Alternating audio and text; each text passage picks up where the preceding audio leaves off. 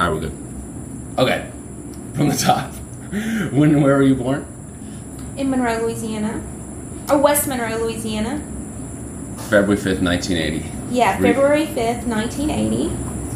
And my parents lived in a house on Hilton Street in Monroe, on the other side of the bridge, and it is the same street where my art studio is now. And what you're talking about before was, even though you grew up, or during your early childhood, you had a two-parent household, never throughout your life did you ever feel like you had parents? Oh, no. No. Both of my parents are mentally ill. And the only figures that you ever felt that even played any paternal role were your grandparents. And then you just ran inside and grabbed these pictures of the two of them. Yeah. Yeah, I didn't have aunts or uncles. Well, my mom had brothers, but we didn't see them very much. She came from a very broken family too, so. Do you mind talking about what you do remember about kind of the dysfunction in your household as an early child? Mm-hmm. Well, I just remember at some point my her personality changed, her energy changed, and she was not like a gentle mother. I think she thought of us more like as little toys, those kind of things. She was very rough with me. She never beat me or anything that I remember, but I've always been like a really, really sensitive child. And so when her behavior changed, it made me very nervous. And I had a hard time like keeping food down, especially in the morning. And I told you I still have that problem. Mm-hmm. And so she would feed me and like feed me eggs and stuff like that. And then when I knew that my brother was going to school and I knew my dad was leaving, I was so nervous that I would throw up. I couldn't keep the food down. Do you ever remember noting a change in her behavior, or was it always you remember something kind of being off with her personality? Like, was there ever a time, I know it would be really early on in your life, where you remembered her being stable? Or was it always you had this anxious feeling around her? No, I never remember her being stable. And then I remember love. Now, there was love in some way, but I never felt like that bond that I see other people have with their mother. That was never there for me. That was more fearful, like a fearful feeling. And how about your dad? What is your memory of your relationship with your father during that time when your parents were still together? Well, I remember my dad being like really distant and not being as close to him until my mom left. And when my mom left, I just clung to him. But let's see. Okay. Well, so also the thing with my dad that I really remember about their relationship together is my mom was physically abusive to my dad. So I watched that, and that was very confusing to me about who do I take up for or who do I protect. Because when my mom started kind of slipping, all of her aggression was taken out on my dad when he'd come home because he wasn't really playing his role. He was just escaping at work. And he was in denial about what was happening to her mentally because he was trying to keep his own head above water and make money and numb his pain. I don't know if I answered your question. No, you did perfectly. Okay. Talk about what you remember about your mom going away. Do you have any recollection of that? Yeah, I sure do. So I have more information between what you had just asked and this, but I'll tell you this now. Well, go into what you knew. Go into that information. Fill in that gap. Okay, so when I just remember Preston being very little, and that's when things just really, really got bad. And I don't have a lot of memories before then. Preston being our younger brother. Yeah, my older brother, the very your younger youngest brother. one. So, And this is prior to my birth. yeah. So he was just crying all the time, and my mom started being more violent towards my dad, and she would tell me about it. Wow. Like, I was the one she'd come and share with it. Like, so Caroline, last night I tried to strangle your dad. Last night, and it almost worked, that son of a bitch. How old were you at the time? 3. Jesus. Yeah. And so, and then I do remember him sitting, I have a very clear memory of us being in their bedroom and sitting on their bed, and my dad was just sobbing. Just sobbing and sobbing and sobbing, and here's my mom, crazy, just real crazy. And I remember her not taking good care of Preston, especially. Like, I remember him potty training and her not, like, helping him the way that she should.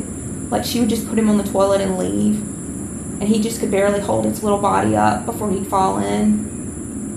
And see, these are the things I remember about my little brother. And, yeah. He was just crying all the time. And then at some point along in that way, she had to go to stay at Woodland Hills at the mental hospital. And I remember going to visit her there, and I did not want to go visit her there. Because at some point I decided I didn't want to be around her. I didn't like her holding me. I didn't want to be alone around her. It was okay. It was better if other people were around.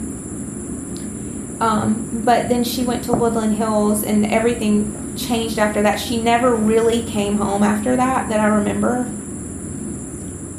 She would come to visit? Yeah, it was just like in and out. Very...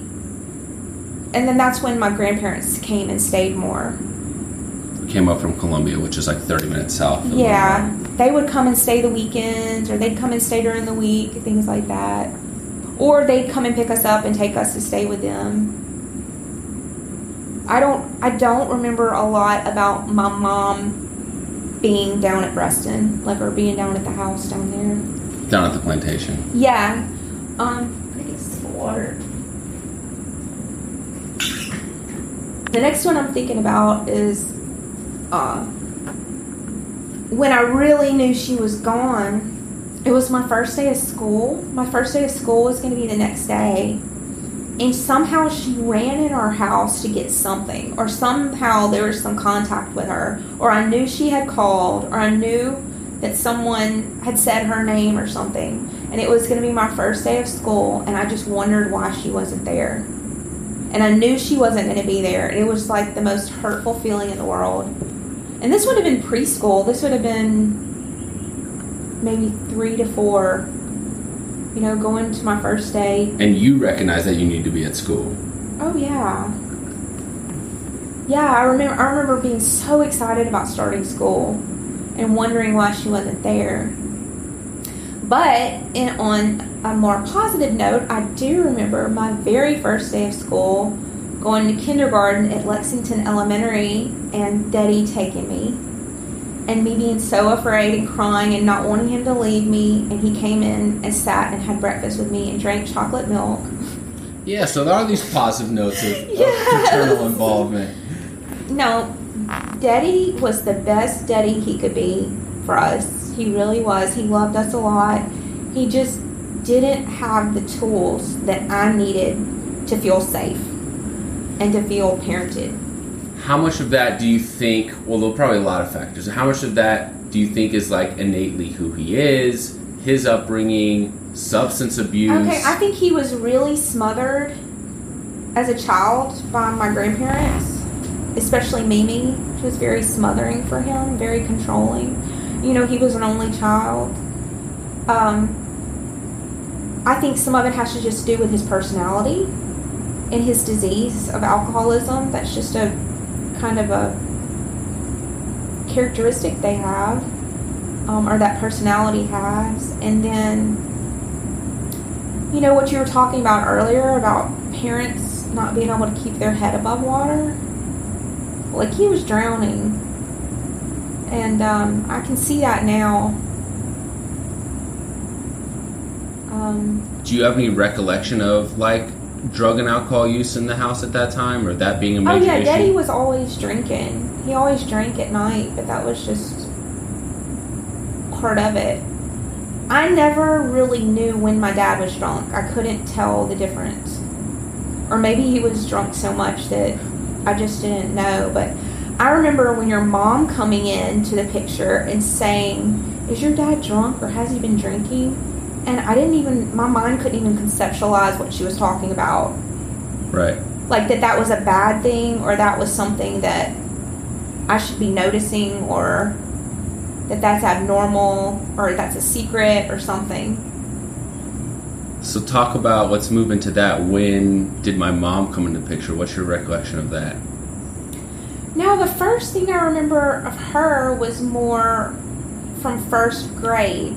Like, I was in Miss Harrison's class at Lexington, and Katie and I were in that class together. Katie is my older sister. Yeah. From my mom's first marriage, not blood related to you.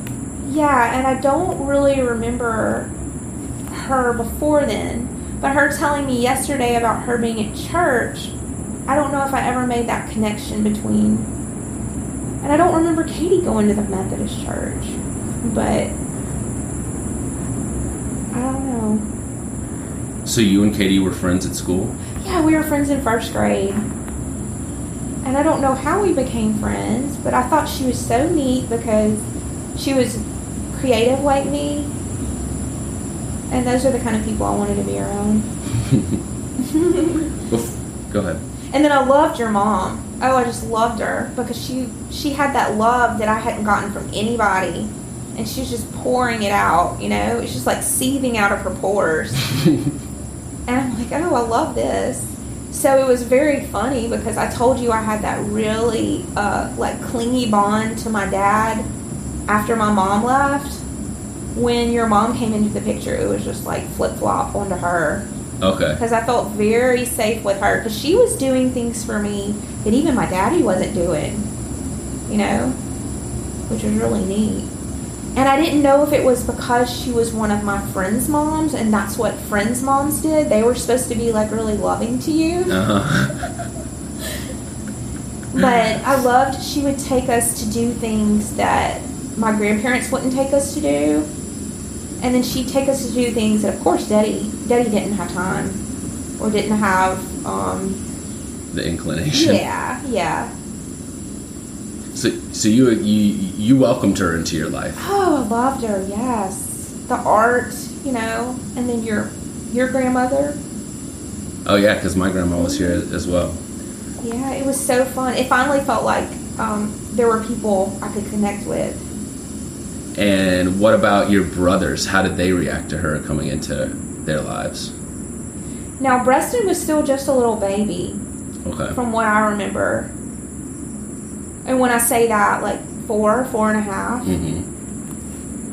So he was just all for anything, right? Right. So Preston had really bonded with my grandmother when my mom left.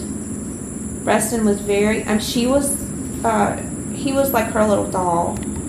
He had this real blonde, pretty hair. It was long, like white blonde. And she just loved little Preston.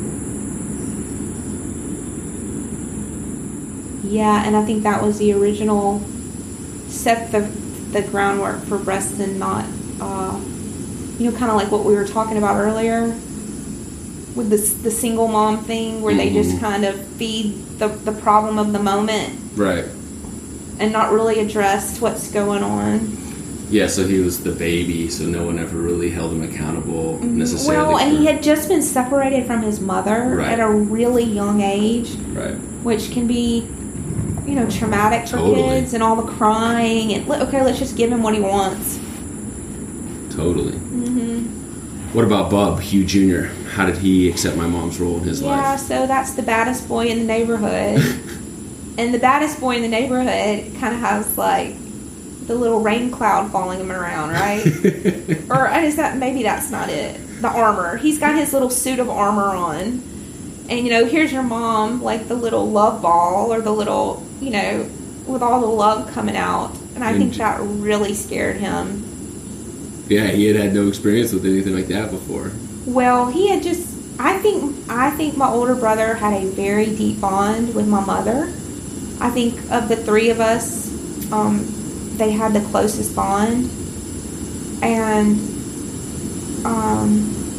that maybe just aggravated that wound that hadn't been healed. Right, because he was old enough to where he could have formed a relationship with your mother, and perhaps we'll have to get him on the podcast to get to the bottom of the answer for sure, but where he may have had a real recollection of her as a healthy, loving mother. Yeah. And then he probably saw the transformation from good to bad in her mental state. Yeah. Which was harmful enough, and then now my mom comes in. Well, and this whole thing with not being able to trust my dad, that's a big theme for all three of us. We've just never been able to, we didn't have that parental trust, that kids need to feel rooted and grounded and stable, because his communication was so poor. Your father's? Oh, yes. And I think a lot of that has to do with how much he loved us. Because even though he couldn't show it, I think he loved us so much that he didn't want us to know what was going on.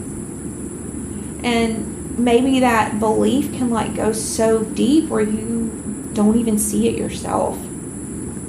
I don't know. But I know that he was doing everything to avoid us going through the pain that he knew was there. So it was just constantly running from it. Right. What was your relationship with your brothers like during this time, kind of pre my mom? What do you remember about your relationship with your brothers? Were you all close? My older brother always kind of did his own thing, but I really looked up to him a lot because he was my older brother. He was friends with our neighbor across the street, who was kind of on the same wavelength, the bad boy. Mm-hmm. And I wasn't allowed to play with them. And then when Preston got of a certain age, it was more the boys doing things. And it was very seldom that I would, be included because of that. Mm-hmm. Preston, I just remember thinking he was my baby. Mm-hmm. He was my little baby. I even have a picture of me. It was on Christmas Day, 1981. He was 5 days old, and I'm standing in my little Christmas dress next to he was in a basket. He was the little Christmas baby in the basket. And I look at that picture, and I remember thinking, this is my baby. And did Bob seem like Hugh Jr., your older brother, did he seem like he accepted Preston? Was there any I don't remember that. Okay. Mm-mm. But it seems like they had a friendship, though. Okay, so some kind of animosity started really early on, and I don't know when it happened, where Preston started being called the king. He was the king.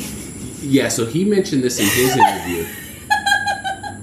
Yeah. He mentioned this in his interview. Okay. Based on his recollection, or what I gathered from our conversation, I think that started once y'all moved back to Columbia.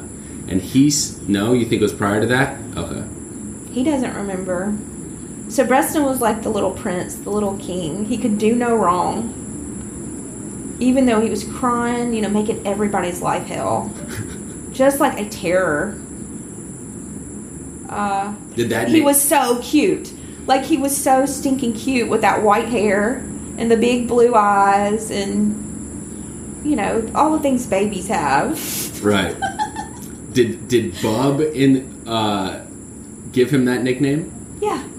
Because he was the king of the castle. Kingo, yeah. It was really with Mimi. Mimi treated him like the little king, and I think that could have been it. Here's this other source of love he could have had just to himself from Mimi. Your grandmother. Yeah, and then here's more competition where here's the little king. I don't know. That's just my theory. Right. So, and then it's the whole sibling rivalry thing every way. I mean, there's not enough attention anyway, and here comes another one. Right. Definitely not enough attention if, all of a sudden your mom's not in the picture and your dad is kind of, I don't want to say neglectful, but not quite My there. dad is obsessed with his work because his work is the only way he can escape, the only thing he can control. Aside because from the rest of his life was like going down the drain. Right. And if we can go to work and like get in that work mode, then none of that's happening. And my grandparents saw that, and they really supported his business in that way too. And the business was fruitful. Like it was, Oh, yeah. it was a successful business at the time. He did very, very well. Our dad is a natural salesman. Yeah, I can tell. Yes, he could sell anything to anybody. He's still doing it. Right. He tried to sell me, what is it, the Fitbit? He tried to sell it to you? Well, convince me that I needed one. I don't want a Fitbit. So how did y'all's life change once my mom came in the picture? You talked about her just kind of being the mother of a friend, but eventually her and our dad started to develop a relationship. Talk about that. Yeah, so I didn't really understand that either. You have to see. Like, I was probably 7 or 8 years old. It was 6, I think, when Katie and I first became friends. We were 6. It was our 6th birthday or our 7th birthday. Yeah, 7th birthday we had together, but we started being friends when we were 6. And she was spending more time with it. So at first, it was me going to hang out with Katie. Mm-hmm. And I was Katie's friend, and it was just me that got to do all these fun things. Somewhere along the lines, everything started to kind of merge, and like she would come to our house more, and then she would be involved, and then the boys started coming with us when we would do things, and then my dad started coming when we did things, and that was very confusing for me. I didn't understand that part, but it didn't bother me. I was like, this is actually kind of cool, because here I am around these other people who I don't feel safe around, and all of a sudden here's this person that's come in and I feel safer. So it brought some happiness, or at least stability. It was more that stability and that structure, because your mom had rules. Right. She had rules, and it was like, okay, I'd never known about this at home. And kids thrive on rules. They do, yeah. I've learned that. Well, you set limits. Absolutely. That's how you grow. I've learned that the easy and the hard way. Okay, so then talk about me being born. We're now kind of getting to that point, or I guess the development of... Well, let's talk about your mom being pregnant. Okay. Because I didn't understand that at all. Yeah, so let's get into at what point did you realize wait, this is like a romantic relationship? I didn't. You didn't? I did not have any way to gauge that. Until you saw... Well, I guess you didn't even understand No, birds I didn't and bees. understand that either. See, I didn't have parents, Alex. I need So I get you. I didn't need Okay, no, I had people... Yeah, I had my biological parents, but I didn't have the people that said, okay, this is what happens. This is what families do. All that. Right. No. So I was just putting information together. And I remember noticing that you said your mom was always like real thin. Yeah. And real fit. And all of a sudden, she's got a tummy. Yeah. And I noticed that. And I just remember one day pointing out to her that she had her tummy. She's got a tummy. And she probably told me, because that's the way your mom is, she probably explained to me why her tummy was that way. But it didn't sink in that first time. And then I remember us being, very, very clearly, on a Girl Scout trip. And we were like on a boat ride. Maybe it was like the Twin City Queen. And then Katie's there. And your mom's stomach is so big now that it like can't be ignored. And that's when I brought it up again. It's like, okay, so let's talk about this stomach again. And I think that's when I gave her the name Tummy. That's when it just grew. It's like, okay, she's just Tummy because she's got this big tummy. Yeah. And I switched it over because before I had called her Miss Katie's mom. That was the only thing I could think to call her. It was Miss Katie's mom. And then she became Tummy, and she's still Tummy to this day. Like, I saw on your phone she's Tummy. In my interview with Breston, he still refers to her as Tummy. And when I talked to our older brother, Hugh Jr., Bub, he still calls her Tummy. So Tummy, that's good. She's still Tummy. Yeah, but I think I also remember her saying that, her explaining to me then more about what was going on, and it started to sink in. Oh my gosh, something is really about to change. And I didn't know what was about to change. I didn't know like the impact of it, but I knew something was just really about to change. But as you have to realize too, I still didn't understand, because your mom is still living at her apartment. Right. And we're living at our house, and I have no idea where my mom is, by the way. So all of a sudden, it's just like, poof, my mom's gone. And right about at that time, you also have to understand, it must have been before you were born. I get a phone call from my mom, and she tells me my little brother was born that day. And his name is Jonathan. Okay, so okay. Yeah, so I know. So this is all so confusing You're to me. like, what the fuck is going on? Yeah, we're like multiplying. We're multiplying like twofold, 2 a year. So, will you go into that story? Yeah. We talked about that on the walk we just took. Could you go into my that story? mom going to Woodland Hills. That's the and never, that psychiatric hospital, and never coming home. I think I remember meeting Eddie there. I don't know if I met him there. I don't know if I met him after she got out. But my mom had started having a relationship with another mentally ill man at Woodland Hills. And how this happened in a psychiatric hospital, I don't know. I mean, people can fall in love anywhere, right? Or whatever. But I don't know if she got pregnant when she was in the hospital or got pregnant when she got out. I don't know when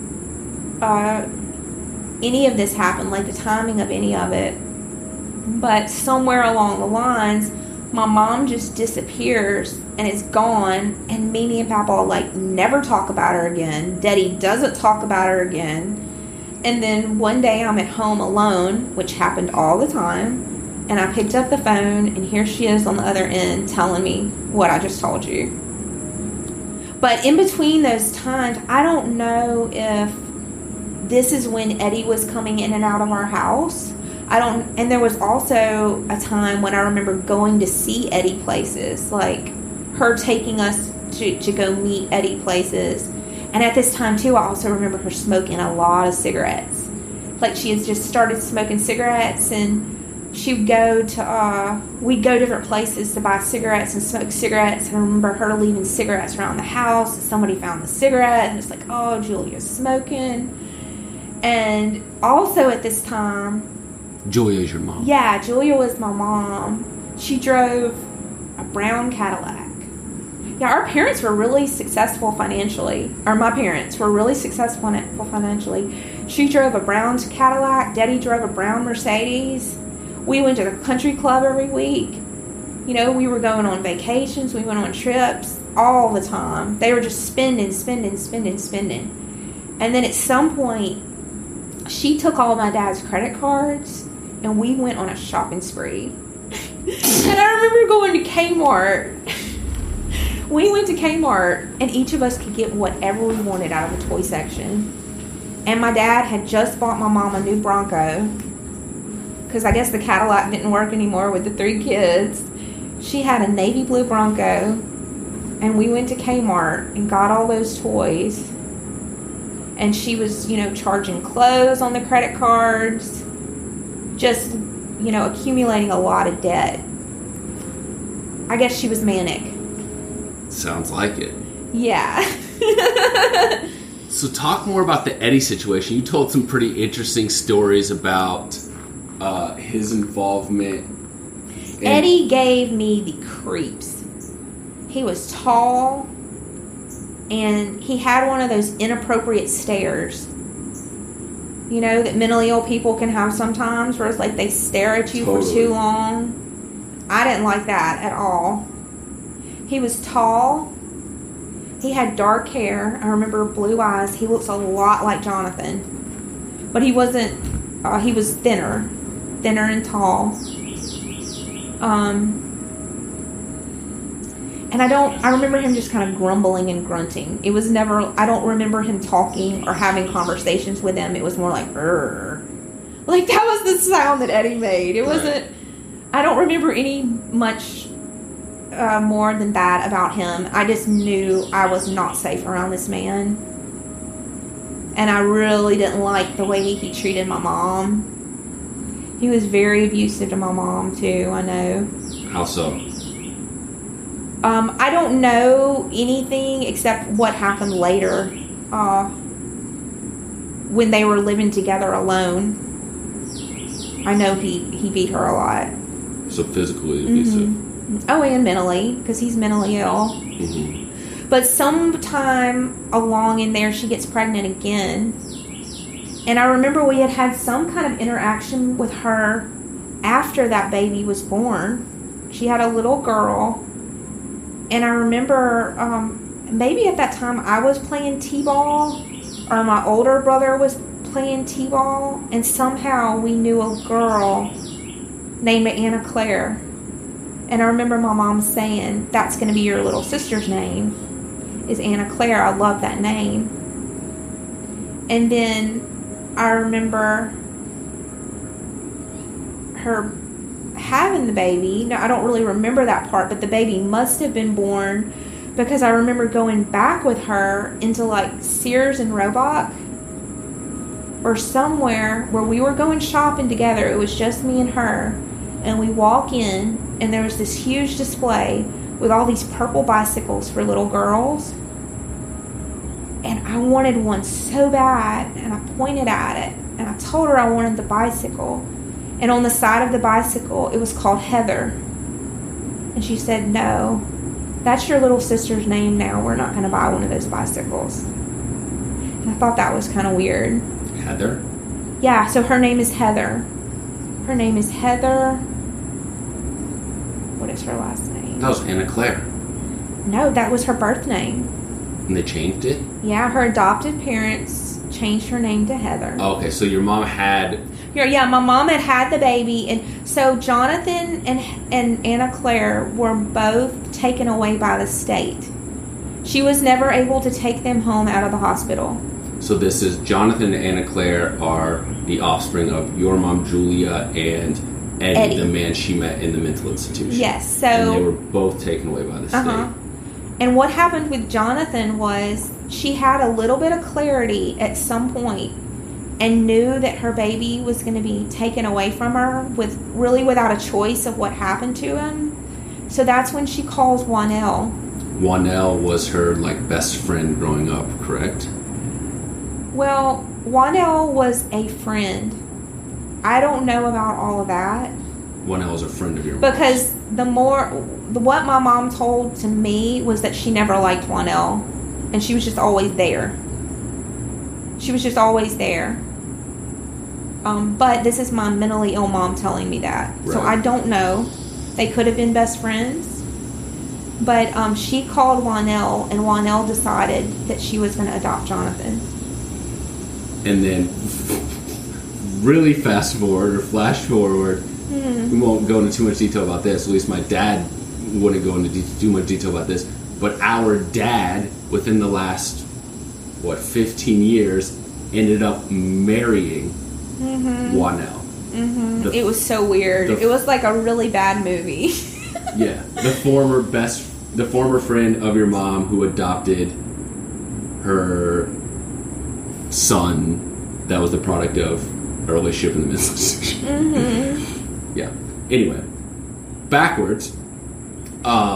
So during this time that your mom is having Jonathan, having Anna Claire, is this coinciding with our parent, my mom, and your dad being together? Okay, so that's why I brought this up, because I really don't know the timeline. I don't know, but it had to have been because I remember with her calling me about Jonathan, that I didn't really care. I was like, oh, okay. I didn't feel like I missed her. I didn't feel like I wanted to be a part of what was going on. It just felt like getting a phone call from somebody. Right. And it must have been around the same time, because I believe Jonathan and I are the same age. Okay. I believe so. And I believe Jonathan was born in October. Okay. Is he older than you? I don't know. So he's either like, several months older or several months younger, but I believe we're roughly the same age. Mm-hmm. Okay, so let's go back to that. So at that point, you're kind of recognizing with the whole tummy thing, you're recognizing that, like, my mom is now a more permanent fixture in your life? Yes. And I really, when I started to understand more about what was going on with her tummy, I really liked that idea. I loved the idea of having another little brother, and I loved the idea that she would belong to your mom, that you would belong to her, you know? Did you have any idea that this being inside the tummy had a relation to you, or was going to be a part of your life? Or did you just purely associate it with my mom? With your mom. Okay. Mm-hmm. So you didn't even put together the connection that, like, this is also my brother. You just thought baby. Yeah. Mm-hmm. Okay. Do you remember when No, I do think brother, but it was just different. I do think it was brother. It was just different because your mom didn't live at our house. And then there's Katie, who's not my sister, and then that was real confusing too, because you were her brother too, and I mean. But she's not your sister. Yeah, my brain just couldn't. My brain still has trouble conceptualizing it all. Yeah. So at 8-year-old, it's very confusing, but I knew I really liked this idea. This was cool. Okay. This was cool because here's my friend, and we're going to get to share something too. Okay. Mm-hmm. And do you remember when I was born? I do. Because it was we knew the day you were going to be born. Your mom had planned it out that you would be born exactly between me and Katie so we could share you equally. Right. And that was the agreement. Because at the time, like an 8-year-old, that was a big deal if you would have been born one day closer to her birthday, right? And it was, right? Because you're the 5th, I was born the 8th. And Katie's the 11th. Uh-huh. So it was directly between the two of you. I've never even put that together. Yeah, we got to share you. Oh, your mom hadn't told you that? No, because she had an induced labor. Yeah, because I was pretty late. Mm-hmm. So it was like I had to get out of there. Yeah, I think you were supposed to be born the last week of January. Yeah. Yeah. Do you remember anything about the actual birth itself? Because it ended up being like a really traumatic birth, and I was born stillbirth, essentially. Do you remember anything No, I associated didn't remember with that? No, I remember going and seeing you. Did they put you in an incubator? That's what I remember. Or either going in and you had... Something was different than the rest of the babies. I do remember that. But I didn't really know what. You didn't know that it was necessarily something was wrong. I remember going and looking through a window and seeing you through the window and seeing you in something. You weren't just like laying there like a baby would. You were in something. Mm-hmm. Do you know that story? And I always remember you having... Did you always have like a vein on your head? No, I have a vein on my stomach. That's what it was. Yes, yeah. The vein Still on to your... this day. It was there when I was a baby. You remember when I was a baby? Yes. Mm-hmm. Yeah, they fucked up. I was born a stillbirth. Oh. And so they thought I was dead. And so they had to, I don't know the exact medical details, but they had to whisk me off into the NICU, the neonatal ICU, and through whatever procedure they did to try to revive me, they severed my femoral vein in half. Oh. And so I had no blood flow through the femoral vein, and somehow through some miracle of, I don't know, the body, my body created an alternative system of veins to bypass the femoral vein. Oh, that's beautiful. Like a highway detour around the blockage, but those veins sat above the muscle and were visible through the skin. And so still to this day, I have this very pronounced vein on my stomach. Okay, that's what I remember then, your vein. Yeah. And I think I was in the NICU and what you probably remember is the incubator for like the 2 weeks after my birth. Okay, yes, that's what I remember. It wasn't like, I went home and... But then again, I didn't understand it, and they probably didn't tell me all of those details because it would have been too scary. Right. So then, do you have any recollection of what the relationship between my mom and your dad was around the time of my birth? Do you remember that causing any sort of stress or strain on the relationship or anything along those lines? No, but you have to realize my dad is a strain or a stress on everyone, including himself. Okay, here's what I remember. If you want to talk about that aspect of his personality, he was so high-strung and under so much stress at that time that my grandparents were always afraid he was going to have a stroke. Wow. Because what would happen, he would just... Okay, so our dad can't communicate. There's some kind of blockage with his throat chakra. And you can see it when it happens, and it's like his face gets so red, and maybe there's a vein, or maybe there's his eyes, but he starts to just like, he still does it, where he's like rubbing himself and patting himself and touch, get real entire nervous. Interview I did with him yesterday, Mm-hmm. He's rubbing his hair, like shaking his legs, Mm-hmm. yeah. Mm-hmm. It's like all of this built up energy, Mm-hmm. and I know he was doing his best to, give me the information that I was asking for. At some points he wouldn't, but the entire time you could tell like he has this like nervous tick about him. His Yes. entire body, basically. Okay, well, I remember as a little girl just crying and crying and crying when I'd see him get that way, and it was usually around my grandparents that I remember that happening. They would just know how to push and push and push and push him till he'd get to that point. But it was also them trying to pull information out of him that was completely necessary because they were such a big part in keeping that family going and keeping his business going and all of that. So they deserved to know, and they weren't the best communicators either, but they needed some information from him. And I remember being at his house and then thinking, oh, he's about to have a stroke. He's going to have a stroke. He's going to have a heart attack. And I remember several other times growing up seeing that happen, whether it was him around my mom or him at work. It would happen at work a lot, where he would just get pushed to this edge where that happened. And I don't know if it's his blood pressure or him holding his breath. It could be a lot of different things. Mm-hmm. So after I was born, I was under the impression my entire life growing up that, this is just the rosy picture my mom painted for me, that Mm-hmm. they were married and I was born. That's not the case at all. It was, total accident. They were not married at the time. And I was born in February. By August, we were in Atlanta. What do you remember about that move, that transition from Monroe, Louisiana? Yeah, that was all very confusing to me too, but I liked it. So you have to also realize that all around this time, my dad's business is like falling to pieces. Mm-hmm. Like there wasn't enough to worry about. There was some like big economic crisis, like a recession or something the year you were born, right? 1988. Mm-hmm. So here's this thing that brings my dad joy, and that is my dad's escape, and is my dad's pride.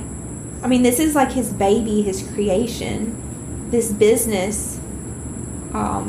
This is his independence from my grandparents. This is everything to him. This is his talent. This is his gift. And he starts to lose it too. Mm-hmm. And he's got a new kid. And my mom has just had 2 other kids with another man, and I'm sure he's still in love with her. Because, This is exactly the kind of perspective I want from doing this specific Mm-hmm. set of interviews with the Youngblood part of my family. Mm-hmm. And I said this to our dad yesterday. Throughout my life, especially adolescence and young adulthood, I harbored a lot of resentment towards our dad for not being there when I was growing up.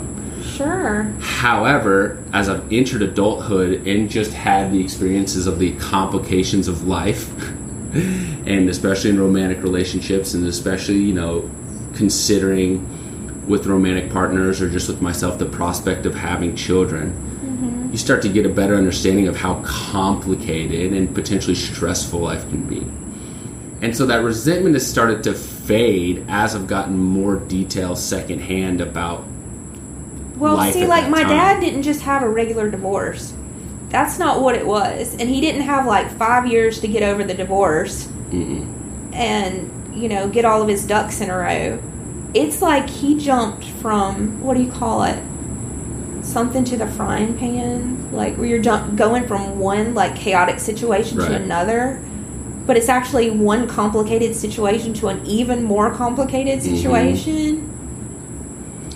That's when I saw my dad's personality change. It was between the time my mom left and the time you were born, something shifted. And it was that role that he took so much pride in,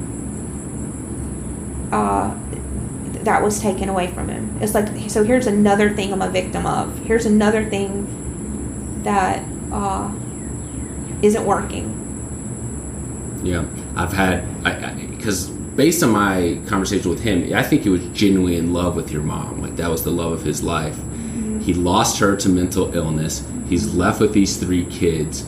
He's certainly never been like an innate parental figure by any means. And he loved us. He loved us dearly. I know he did.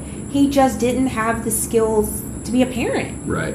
His business starts falling apart. He does meet this new woman my mom that's helping with the raising the family, but now... And your mom was so beautiful. You realize that? So radiant. So much light. So much love. So much joy. And how attractive was that to him? Totally. Absolutely. How attractive is that? And then here I am. I love him. I love your mom. He sees that. He sees me bonding with her. He sees how nurturing she is to us. I mean, that's a great package, isn't it? Totally. Then she gets pregnant. He's got a kid now with her. He's also got Katie. I don't think he ever accepted responsibility for Katie by any means, but it is another child in the picture. Then the business starts falling apart, and then from what I understand, my mom brought us to Atlanta because I think she started to see him falling apart a little bit. Is that what? Maybe she saw that same change in his personality that I remember. Right. She did not want to stick around here. I need to go to the bathroom. Okay. Pause there. Okay. No, that's beautiful. I wish I had the recorder on for that.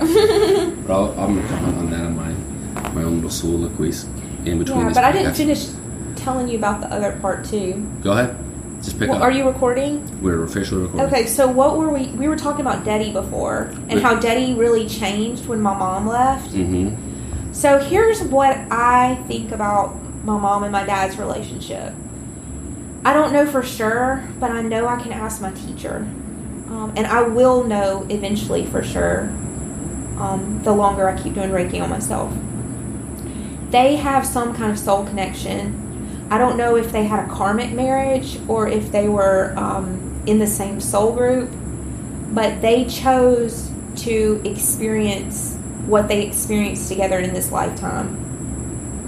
They chose that because I don't know if you're familiar with the concept of past lives and our souls evolving and things like that. So their souls knew each other before they came to Earth in this lifetime, and that's why they were attracted back together to heal some kind of karma between them, or just create the conditions needed to give birth to the 5 children or the 3 children or whatever.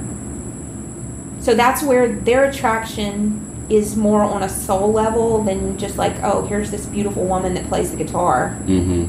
And I also feel the same thing about your mom and my dad, but I'm not completely clear of it either because your mom is still holding on to that, like so much pain from that, and that wouldn't happen unless it was that type of relationship where it's more on a soul level than just like somebody you meet on Match.com or whatever. Right. When you were doing the Reiki on me last night, actually, I had kind of a conceptual breakthrough too, with along the lines of what you were saying, because I too also feel I have this fear about pursuing a creative endeavor like this, as opposed to like sticking in something like education, which I've done in the past, because I associate it with like being crazy or being like my dad or being our like dad. Right? Exactly. See, that's what I was picking up on. I was like, okay, this is something that hasn't been healed from his childhood, where it's like, I am not going to be like this man. I am not going to do that. Totally. But the thing is, it's so weird how it happens. We keep repeating some of the same behaviors because we've seen it, and it's familiar. And it's a pattern, and that pattern feels familiar. I don't know. And the breakthrough I kind of had last night, as you were especially working on like in the third eye, was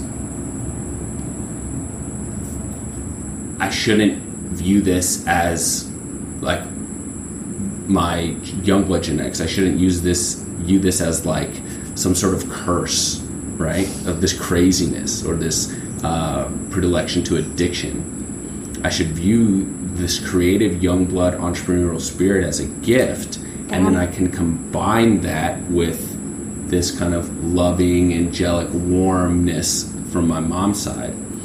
Unfortunately, in my professional endeavors thus far in adulthood, I've only harnessed that like pure desire to help and heal from my mom.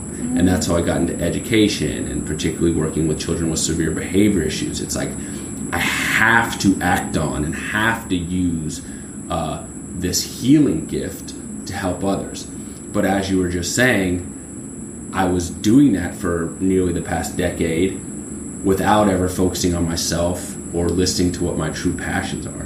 Being an educator, being a teacher was never really a passion of mine. I always say this to people when they ask me if I like teaching. I like teaching because I do feel like I'm making a difference in people's lives. That's your healer role. Right. But I do not like being around kids. Oh, really? I found it super obnoxious, and I really don't have the patience for it.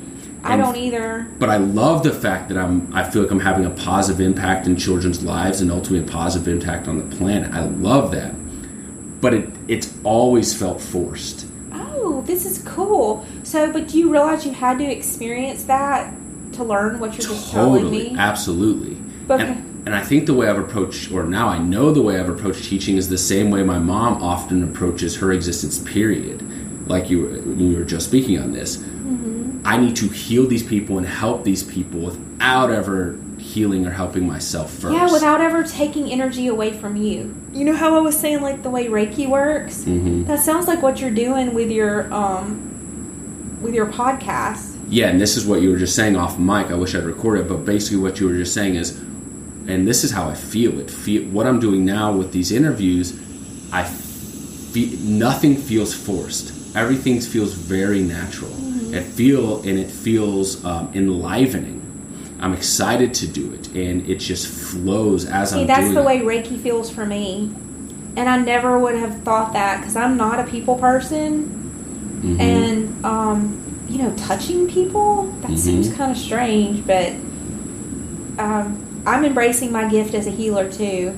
I think the reason I was afraid to do it before is because my heart chakra was closed for a long time. And I was afraid to feel that love come through me. Because at some point in my childhood, I decided that love was not safe. That was not safe to let your heart open like that and really let people in. Because you would just get abandoned. You would just get hurt. You would just get lied to. It would just get taken away. Whatever it is that I love is going to get taken away somehow. That kind of damage takes a long time to heal. Yeah, and you're still in the process of that right now. Oh, it takes so long. But you know how I healed it was through loving myself. Totally. I had to get to a point where I am completely in love with myself. And then it doesn't matter if people can give me what I need anymore, because I'm full. Totally. I'm already full. I'm whole. I don't need to reach out to you to fill me up. But if you're in my life and you're loving, and we can do this loving exchange thing where, we're exchanging the love instead of draining one person of the love. I can do that. Totally. Yeah, I'm just now, I feel like, initiating that process. Oh, that's great. And I feel like you were just saying off mic, I feel like this podcast is not only me finding my own personal passion and doing something that I'm passionate about, but like you said, is also potentially a healing mechanism, because not only am I healing myself through this discovery process, but as you're saying, it's a therapeutic process for the people that I'm talking about. So hopefully it's a mutual symbiotic healing that's going on, to where I still am healing people or helping people, maybe not in the classroom in front of children, but I'm healing. But you see, that's not your motive. No. Your motive is healing you and loving you. Right, and that's what you were saying. And learning to love yourself, yeah. It's like you're putting the pieces of your heart back together. And that's such a beautiful thing, when you can do what is right for you, and then it also falls in line with helping other people. That just feels so natural, man. This is the first time in my life where I've had that sensation. Well, here's what's going to happen, Alex. If you follow this path, all of that's going to get attracted to you. It's amazing how you won't even have to try. And you know how you were saying about those jobs that felt forced, and you had to take medicine to do them? Yeah. It's the exact opposite. Yeah. That forced, controlled feeling you're going to get, it's just like you're sailing, kind of. And things will just start coming to you, and the right person that has the right information will come at the right time. Just like what's happening right now. It absolutely feels like what's happening right now. All right, so let's get back into it in terms of like the chronology of your story. Atlanta. What do you remember about moving to Atlanta? I remember being very excited about moving to Atlanta. I was a little sad to leave our house, and I remember the very last day we got to stay at our house in Monroe. But I remember being so excited about Atlanta because that also meant getting to be around your mom all the time, and there wasn't going to be that, hopping back and forth to places. And then I also remember thinking how fun it would be to have Katie there, and how fun it's going to be to have all these things to do and this person to take us to do them with. But very early on, it wasn't like the Brady Bunch. No. Like we wanted it to be, because there was not a balance of parental responsibility. And my dad was also was in a very devastated place, just losing his business. His identity came from his work. His identity came from that business he created. And here he is moving to a place where he doesn't know anybody. And I don't remember what kind of work he did right away. Preston was telling me he was doing some kind of like shady mail order catalog business. I don't think that's what he did initially. Okay. I think he was actually working for someone else, which is not a good fit for our dad. And you see that in yourself too. Yes. So he was, I think, working for someone else at some point, like where he got up and went somewhere. Or maybe they had decided at first that he would be like stay-at-home dad. That's a great idea. The stay-at-home dad that didn't really do the stay-at-home dad stuff. And then your mom would go and do her thing. I really don't remember. I just remember being in so much joy and so much happiness and so excited, and her taking me to buy back-to-school clothes. Like, that meant so much to me. Me and Katie went and got our hair cut together. See, because I didn't have anyone that did things like this with me. Like going to get my hair cut, having someone take me to get my hair cut, having someone take me to the doctor, take me to the dentist. Before your mom, I don't remember us having dental insurance or anything like that. Wow. You were being parented for the first time. Yeah. Oh, my MC Mimi used to always dress me up in camouflage, Myrtle's old clothes. She never bought me dresses or Myrtle's anything. bub / you junior. So it was really neat. I felt like I got to be a girl. It was like I finally got to be a little girl, and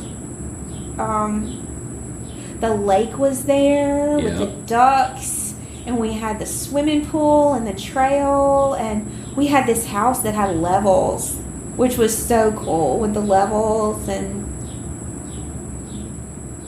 that's what I remember at first. I think it was halfway through the time we were living there, when your mom's hormones started to change, that I did start to have some fear of her. There was a little bit of fear because here is another woman in my life who's all of a sudden her behavior is really changing, and it's not like it was when we had bonded originally. How much of that do you think it was hormones, and how much do you think was stress? Her having to deal with our dad and all the kids. Well, that's both. That's how stress affects a woman's body. So not only was she pregnant, she also has all these stress hormones in her body, and all these survival hormones. Her adrenals and all of that are just going crazy. Yeah, we kind of skipped over that. So she ends up not too long after y'all moved to Atlanta. I guess maybe a year in. We only lived in Atlanta for a year, or less than a year. Do you know that? Yeah, okay, so I was going to ask that too. So maybe about, I guess, right after y'all moved there, then she gets pregnant again with the youngest of our siblings, Morgan. So, no, I think we moved there at the end of the summer, or in the middle of the summer. We moved there in August '88. Yeah, and then so she must have gotten, pregnant early in the next year with Morgan. Yeah. Yeah. No, it would have been a little longer after that, because Morgan was born in July '90. July, okay. Did y'all move there with my mom and me and Katie immediately? I think we went... I believe what happened... I need to get my mom on the details on this. I believe what happened is we moved there in August of '88 without y'all. Me, my mom, and Katie. Yeah, then that's what I remember. Y'all came later. Yeah, and I remember going over there. The first time I went over there to visit y'all, and Katie had already been in school for a year. She had already had her friends. She made her friends. And your mom and I went and drove to pick Katie up at her friend's house. And I still even remember the name of Katie's friend. We went and picked her up there. And on the way, what friend was it? The name? She was from Japan. It was like Hoki or something. Real unusual. And I thought that was so neat that she had a Japanese friend. And on the way to go pick up Katie's friend, she told me that my dad and her had gotten married. Right. So yeah. And that's how it happened. It wasn't like we sat down as a family. It was like, oh, by the way, your dad and I got married. Yeah. And so she had to tell us. He didn't tell me. And so there was always that disconnect feeling. Like that disconnect, like, okay, I'm not going to be told when something happens. I might be told in hindsight. It's not going to be told in any kind of way that feels like safe or comfortable for me. It's just going to be kind of dropped on me. Mm-hmm. And that was a pattern that was definitely set up for our family. Mm-hmm. Because I think it was just so hard for your mom. She loved us and wanted to take care of us, but then here she has 2 other children, or she's got you and Katie, and then she's pregnant, and then my dad is not doing anything to like go along with her plan or whatever. He's kind of actually rowing the boat the other way. I mean, and that's what it's like being with an alcoholic. It's like it's a game of tug of war. It's a constant tug of war, and sometimes she couldn't take it, and she would just have to leave, and she would take you and Katie with her. And there were times that she just had to get out, and I understand that. I get it. What do you remember about our dad's drinking in Atlanta? Do you have any memories of that? Well, I did tell you that I didn't understand what that meant. Right. I did not understand what that meant.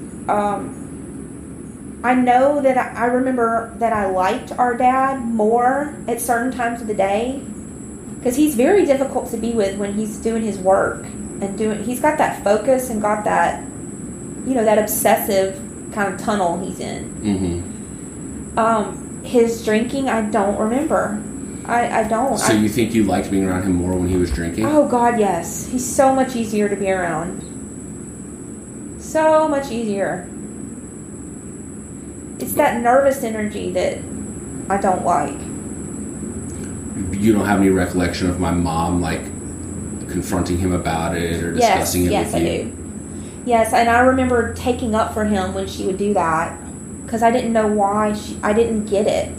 I didn't know why she was yelling at him. See, I have always intuitively known that my dad was ill, because I'm a natural healer, and I just knew he was ill.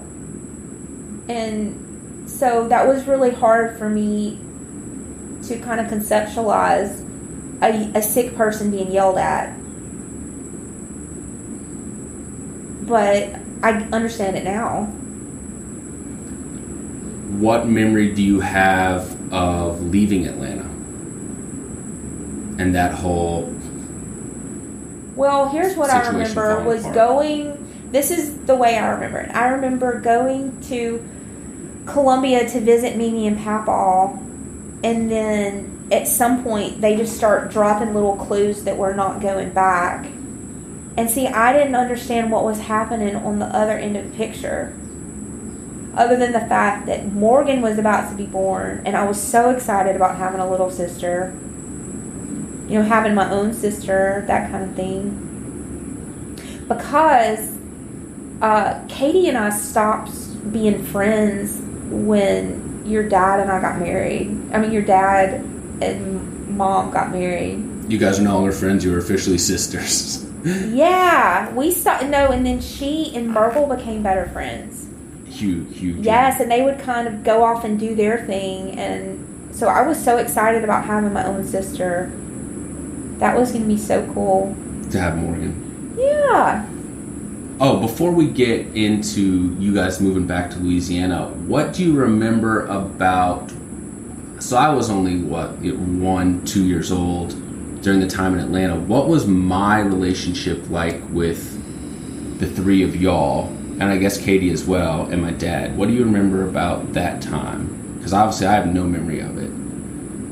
Oh. So, like, how did y'all... how did the three of you... We loved to play with you. Okay. Especially me and Katie. We loved to play with you. We had all these little games we would play with you. You were my favorite little thing to play with.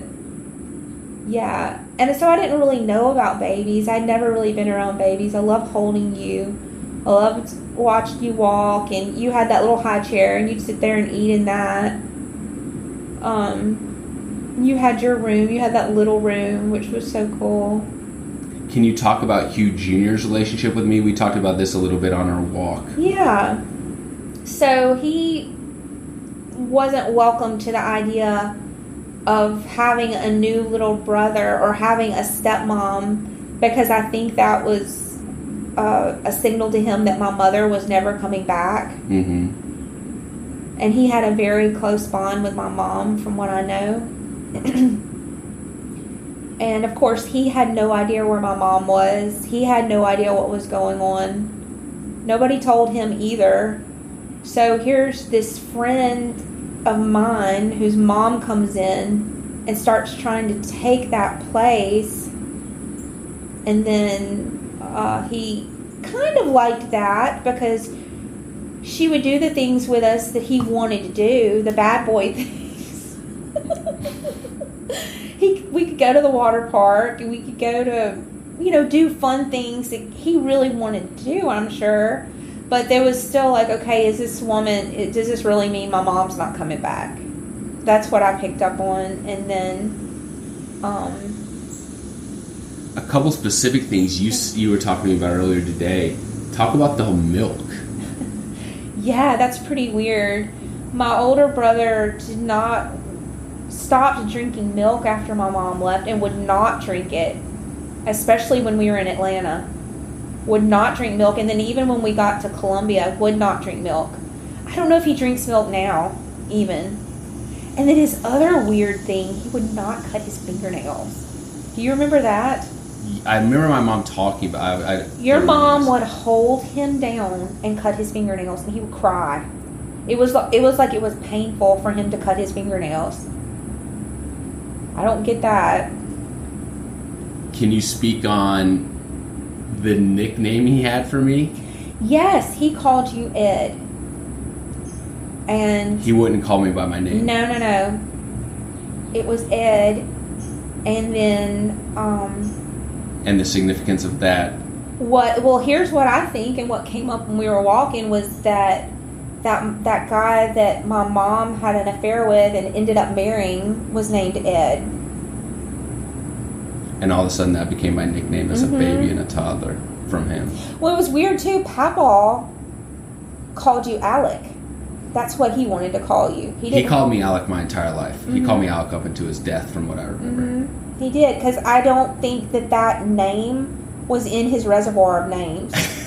But he said he did know someone that was named Alec, so he'd call you Alec. That's A-L-E-C. Yeah.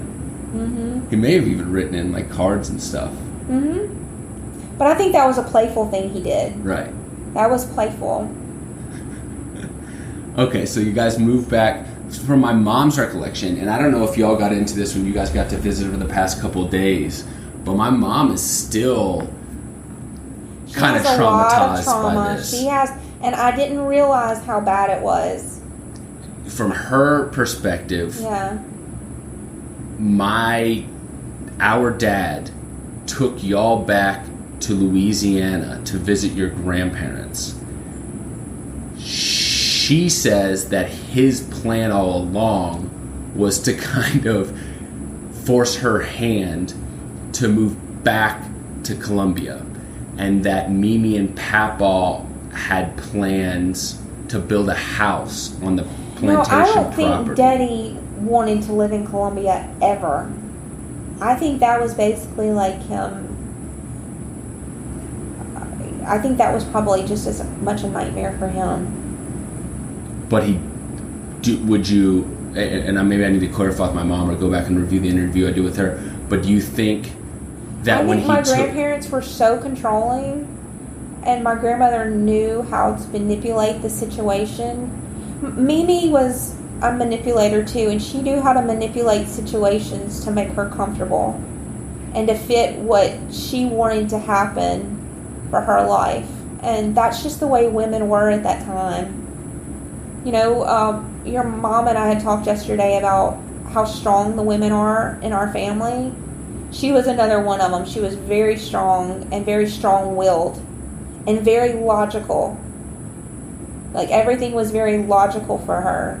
And I think that's one reason she may not have been able to understand your mom very well. Because your mom is more emotional. When our dad took y'all back to Louisiana to visit your grandparents, do you think he ever had any intention of coming back to Atlanta? I think my dad was just hopping around. Right. He was just winging it. Yeah, just running from problems. And from the trauma that my mom experienced is that she has a memory of you, I believe it's you, calling her up from Columbia saying, he's not going to bring us back. And she felt very torn to where she now had, she had 2 kids and was pregnant with a third, and felt obligated to come rescue you guys from that situation, but was torn in terms of her obligation to her kids and the fact that she was 7 months pregnant at the time and didn't know how to handle the situation. She was supporting 7 people on a school psychologist salary. Yeah. Yeah. Talk about being stressed out. Yeah. I'm sure it was a relief for us to be gone for a little while. And I'm sure that was extremely terrifying, that it was going to be that way permanently. But also, like you said, kind of a relief. Yes. she only had to... Oh, our house, it was so chaotic. It was. I can't imagine. It's not a big house where my mom lives. No. And now she's got a newborn. It's just the boys and everything. Oh, and I didn't tell you this. I don't know if your mom told you this. I started wetting the bed when I moved to Atlanta. I was so nervous when I was living there. Even though I was happy, I was so nervous, and I would fall into such a deep sleep every night that I couldn't wake out of it. Mm-hmm. And I would pee on myself. It happened every day, and when we moved away from there, it stopped.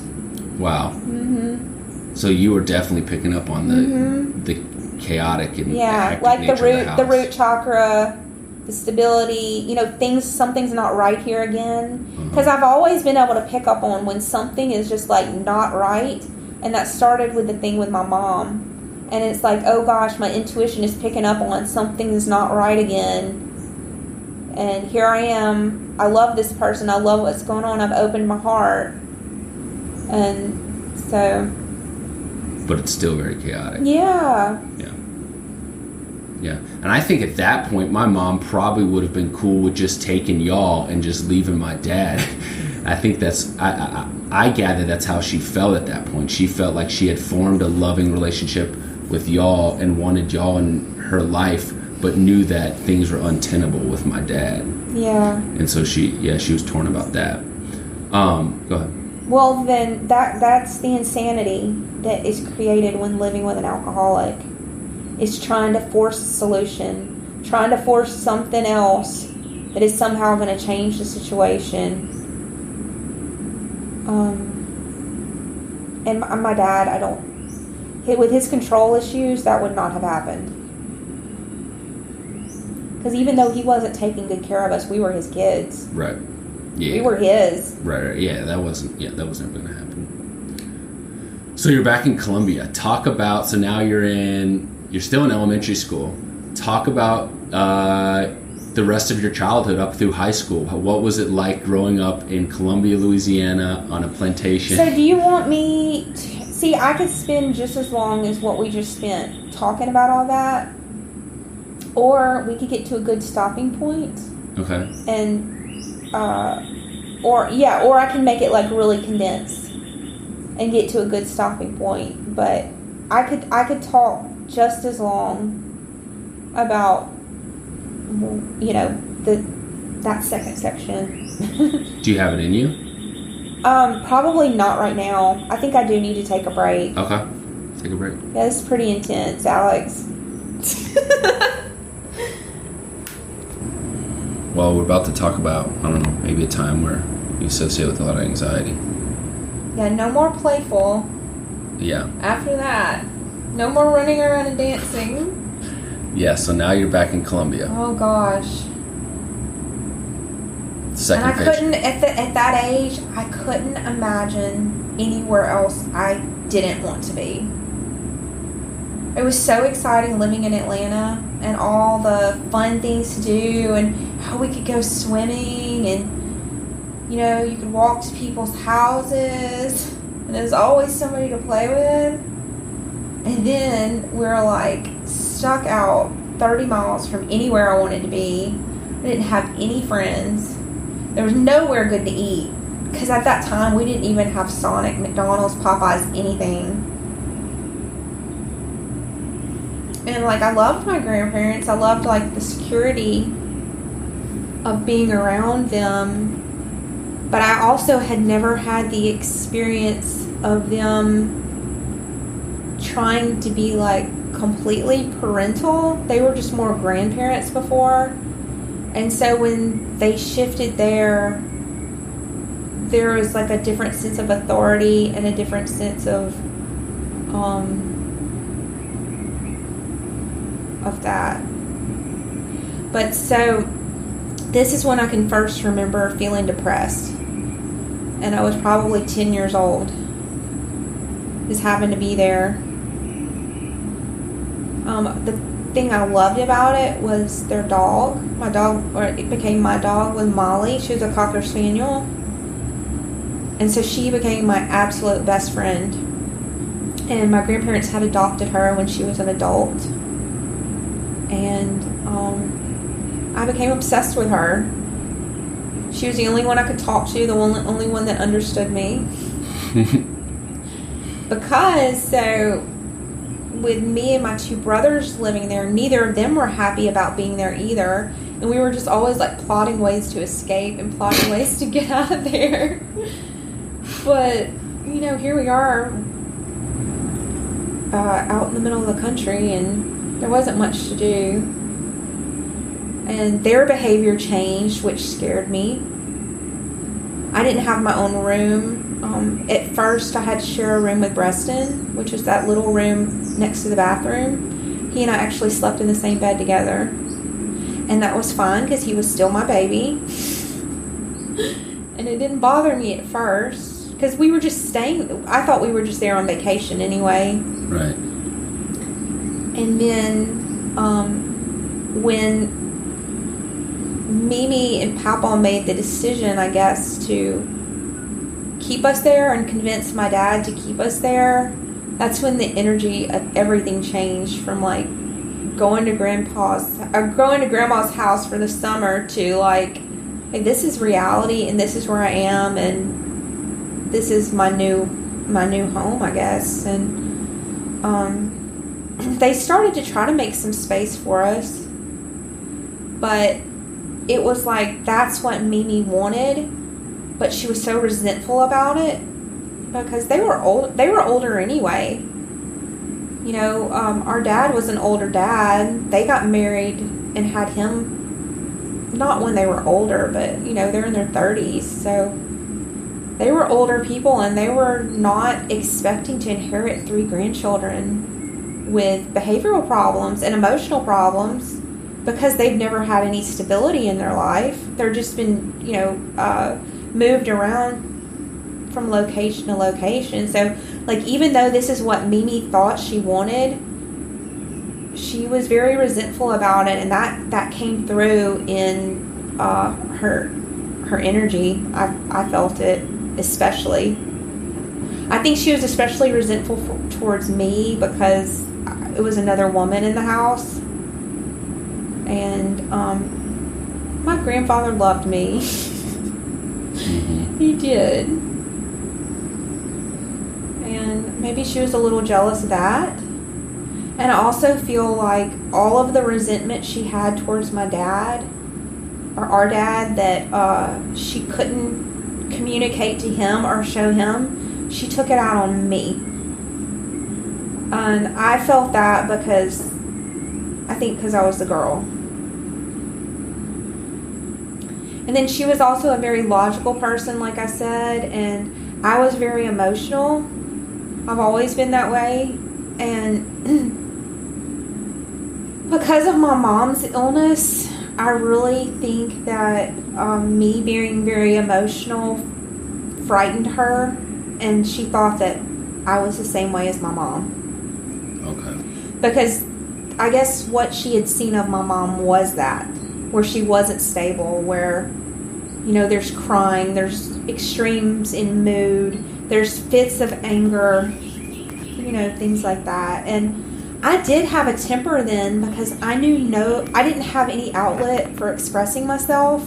No one ever asked me how I felt, and they certainly didn't want to hear it. But I couldn't not feel it because that's who I am. And so when I stopped being able to express that, I think that's when I started internalizing it in my body. And I lost the energy that I had when I was in Atlanta, where I was playful and everything was fun. And I started just wanting to stay inside all the time. Stay inside and sleep as late as I can. Do something to just numb my mind, like watch TV or, you know, something like that. I didn't ever feel like they cared about my interest or my talents or what I wanted to do. It was just another one of those situations where they were trying to keep their head above water and figure out what the hell to do about this from day to day. So those other things that, you know, other children are used to, those were kind of cut out because there was so much energy being used to try to figure out everything else. And so it's really weird that I'm hearing your side of the story, where somehow this was my dad's decision for us to come live there with them, because right away he got a job in Baton Rouge and left us with my grandparents. I don't know if you knew about that. Breston touched on that. Yeah. I mean, so it's like right away we leave your mom in the security of your mom and we go to live with my grandparents who are kind of familiar. And then my dad leaves us there and gets an apartment in Baton Rouge. And that was so confusing. And then he told us we were going to come live in Baton Rouge with him. I think really what happened, Alex, is Mimi got her way and we moved there and he realized he couldn't handle it. You know, maybe he thought that was a better solution than living with your mom, I guess, and continuing to have more children and, you know, her supporting everybody. To him, you know, coming to Columbia and he realizes that wasn't any better because he's still there with his parents who he didn't have a good relationship with either. So he got a job working at the old state capitol in Baton Rouge because his one of his friends from high school was Secretary of State at the time. And so he worked with them there, I'm going to say about a year. And he would come home on the weekends. Because I don't ever remember going to stay at his apartment with him in Baton Rouge. I remember going in it and knowing it was there and thinking, God, this is really weird that we live with Mimi and Papa and Daddy's like kind of has this double life down here. But that's the way it was, and eventually that ended, and he got another job, I think next, doing Cellular One. But I don't know about the timing of that. And that was, I don't know if he was working for someone else. So he experimented that for a while with working for other people. Because you also have to keep in mind that our dad's been an entrepreneur since he was in college. Mm-hmm. You know, he had his own business out of his dorm room. He's never had to have a boss. And so now he's forced into these situations that aren't even following his path, because he's a musician, he's a creative, he's a salesman, and he's going to work for other people, which somebody that's like really intelligent like him, that can drive him crazy, because he's got bigger ideas and, you know, moves at a faster pace. But I do remember us going over there to his work with him sometimes, and we'd always go, he'd always take us out to eat is what it was, and we'd go and eat at this seafood restaurant over there. This in Baton Rouge? And it was called Delhi, Louisiana. Yeah, which is near here. That's where Poverty Point is. So I remember that, and then somewhere along the way there, he got fed up with that and started going back into specialty sound. His original business. Yeah. But, okay, at that time, too, I'm trying to think. So I moved to Columbia when I was in 5th grade. It was 5th and 6th grade. And then I did junior high. And by the time I was in junior high, he had found another girlfriend, which was very, very hard for us because he had never even told us that he and your mom got divorced. And I don't even know when they got divorced, but that was never discussed either. And his new girlfriends were nothing like your mom. They were like, you know, the same flavor as he is. So, that was the beginning of some really, really uncomfortable years of not knowing who I was safe around. Because in the first year, especially that we were living with my grandparents, our grandparents, our behavior was not good. You know, kids acting out with emotions that they can't express and all of that. So that the relationships with my grandparents were very, very troubled because they could not get any control over us. Like, and that's what they wanted. You know, that's how those old generation people are. They're like, okay, yes, we can control these kids. And it has nothing to do with emotions, right? Because they don't talk about emotions and things like that. But I do remember my very first summer that we were there meeting my friends at Bible school. So my grandparents forced us to go to Bible school at the Green Church. And I met a group of friends, and that made starting elementary school a lot easier. And I loved my teacher in 5th grade, and she loved me. And I spent all of my time in that class. I would finish my work really early, and I would spend my time drawing. And that was my escape. Because the schoolwork was really easy. I'd finish it quickly, and I didn't just want to sit there, because I'd sit there and be anxious about going home or, you know, think about things like that. So I would just draw. And I had started drawing a lot when we were living in Monroe, and I'd write stories and things like that. But because there wasn't much to do in Columbia, you know, living out there, and we didn't have cable, we didn't have somebody to drive us places. So I started to just make up my own fantasies and kind of like a pretend world that I lived in. And their house was a great place for that. Yeah, it's very isolated off in the... I touched on the other podcast, but yeah, where you move back to in Columbia is, you know, it's a plantation in the 30 minutes south of Monroe, which isn't a big city itself, so it's in the middle of nowhere. And the closest town is this small town, Columbia, which is quintessential small southern town. And you are even 10 minutes away from that, so you're in the middle of a giant farm. All of that taught me to, like, entertain myself. Couldn't be dependent on TV because we only had like 2 or 3 channels, and one of them didn't come in well. So we had to figure out other things to do. I don't know what the boys did. I don't remember any of that. I do remember that's when Preston started.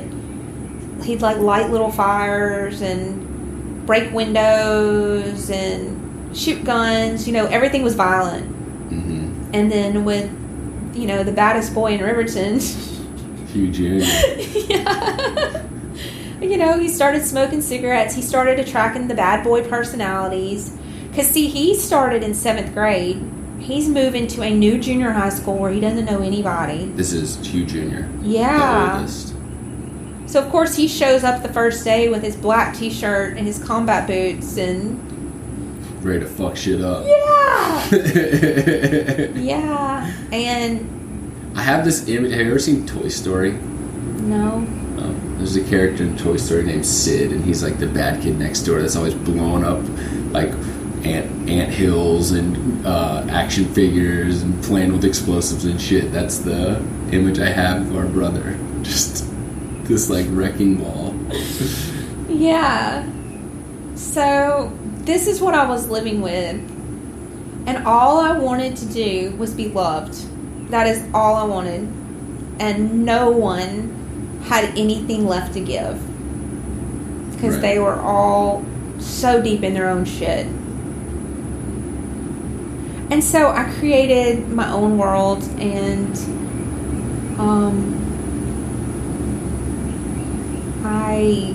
that's when I started really, really loving school too.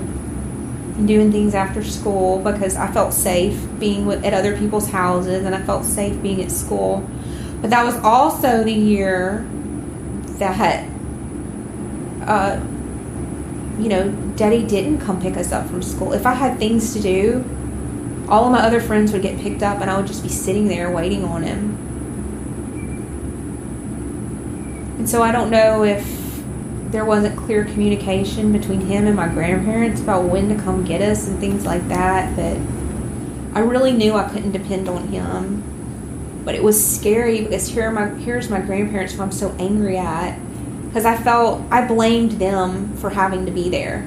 Mm-hmm. I blamed them for us being there. I didn't blame my dad. I don't know why. So that was really, really hard. Because I didn't feel like I could communicate with any of the people who said that they were there to take care of me. And it just got worse and worse the longer I lived there. That never got any better. And the situation with the two brothers got progressively worse. How so? Well, my older brother kept attracting those friends, and he started smoking and drinking. And then, I don't know how much Breston was involved in that early on. But that girlfriend that my dad started dating, so I'm sure he had plenty of girlfriends in between this, but this is just the one he finally brought home, was Susan, that I'm sure you've met before. Mm-hmm. She and I, we love each other now, but at the time, we hated each other. And, she symbolized everything that I was afraid of for my future. I wanted somebody like your mom who was like real stable and calm and sweet and did all the things we did. And here's Susan, who's like smoking weed with my brothers and giving my little brother acid. He's like 12 years old. That wasn't what I wanted. So it was really at that time that I started playing this role of like the little mini mom in the family. Because I couldn't tell all that stuff to my grandparents that was going on. It wasn't like I could tell them. I knew they could see it, but I knew they were in denial too. And they hated Susan as much as I did. But her house became like an escape for the boys too. Where did she live? In New Orleans. Okay. So, Daddy has a pattern of long-distance relationships like that with women. And he kept attracting that to him. Women who were okay with that were okay with him just coming. So he met her because she's a massage therapist, and he went to her for a massage, and they started dating, and then he started getting free massages and a free place to stay when he went to New Orleans. So, he dated her for a long time. I'm saying 8 or 10 years. Wow. And it was after Mimi died that it kind of came to a head. And what came to a head? Their relationship. And they broke up. Do you want to get into the train accident? Yeah, that's fine. So you just referenced Mimi dying. We've talked about this with Breston and my dad in their interviews.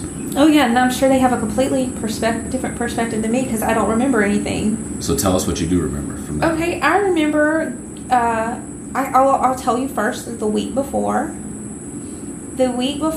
So I was in high school band at the time, and I was really good at the instrument I played, and I was going to all district band tryouts the Friday before, which always happened like the first week in January. And I think Breston went to the tryouts too, and Adrian. So we all rode up there together. Adrian was your childhood friend. Mm-hmm.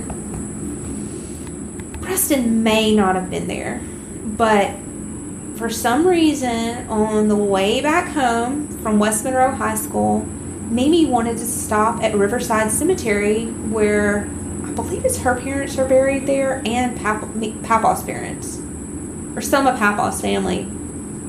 And she drove us by her grave and said, "That's where I'm going to be buried." Wow. Mm-hmm. And it was a week later, the next Friday, she was taking us to school. And I remember picking out what I was going to wear the night before, because that was kind of my creative expression when I was in high school, was the way I dressed. Mm-hmm. And I always kept track of what I was going to wear. I had it real organized. And so I picked out what I was going to wear the day before, and we were going to school. And the reason Mimi was taking us instead of Miss K is because on Fridays, Mimi went and got her hair done. She went to Louise every Friday morning, and she curled her hair and put a little color in it. And we were always late getting to school Friday because Mimi was perpetually late. I think that was part of her OCD, was being late everywhere she went. That was her control thing. Right. And it was a really foggy day, and we were driving up to the railroad tracks, and Mimi and I were arguing about me buckling her seatbelt. And that annoyed me so much. Why couldn't she just buckle her own seatbelt before she got the car started? I don't know. It was always like she was in such a hurry to get out that when we're going down the road, she needs me to help her buckle the seatbelt so she can drive the car. And of course, I gave her some lip about that, and we're arguing. And then we get up to the train tracks, and the train doesn't blow its horn. And she looks and sees the train coming, but she put the car in reverse. But maybe it was actually neutral. And then we were hit by the train. Right. And I don't know how much of that I know from Preston telling me and how much I remember from other people telling me and how much I just really know what happened. So from what I know now, I had a near-death experience when that happened. And I wasn't in the hospital when it happened. It must have been when I was in the car. Because when the train hit on Mimi's side, our heads hit each other. So that was the impact I got, was the train hit on the left side and I bounced off the door and hit her head. And I think that's how I had my fractured skull, was from right in here. Her head hitting your head. Mm-hmm. And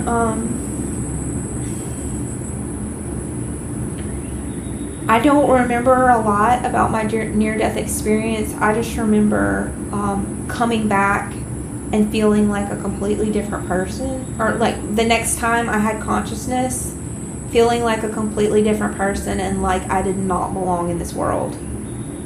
Somehow I had seen something different and I did not belong in what I was going back to.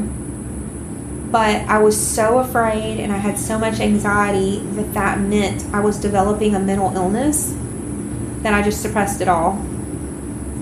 And I went into the role of caretaker, and I decided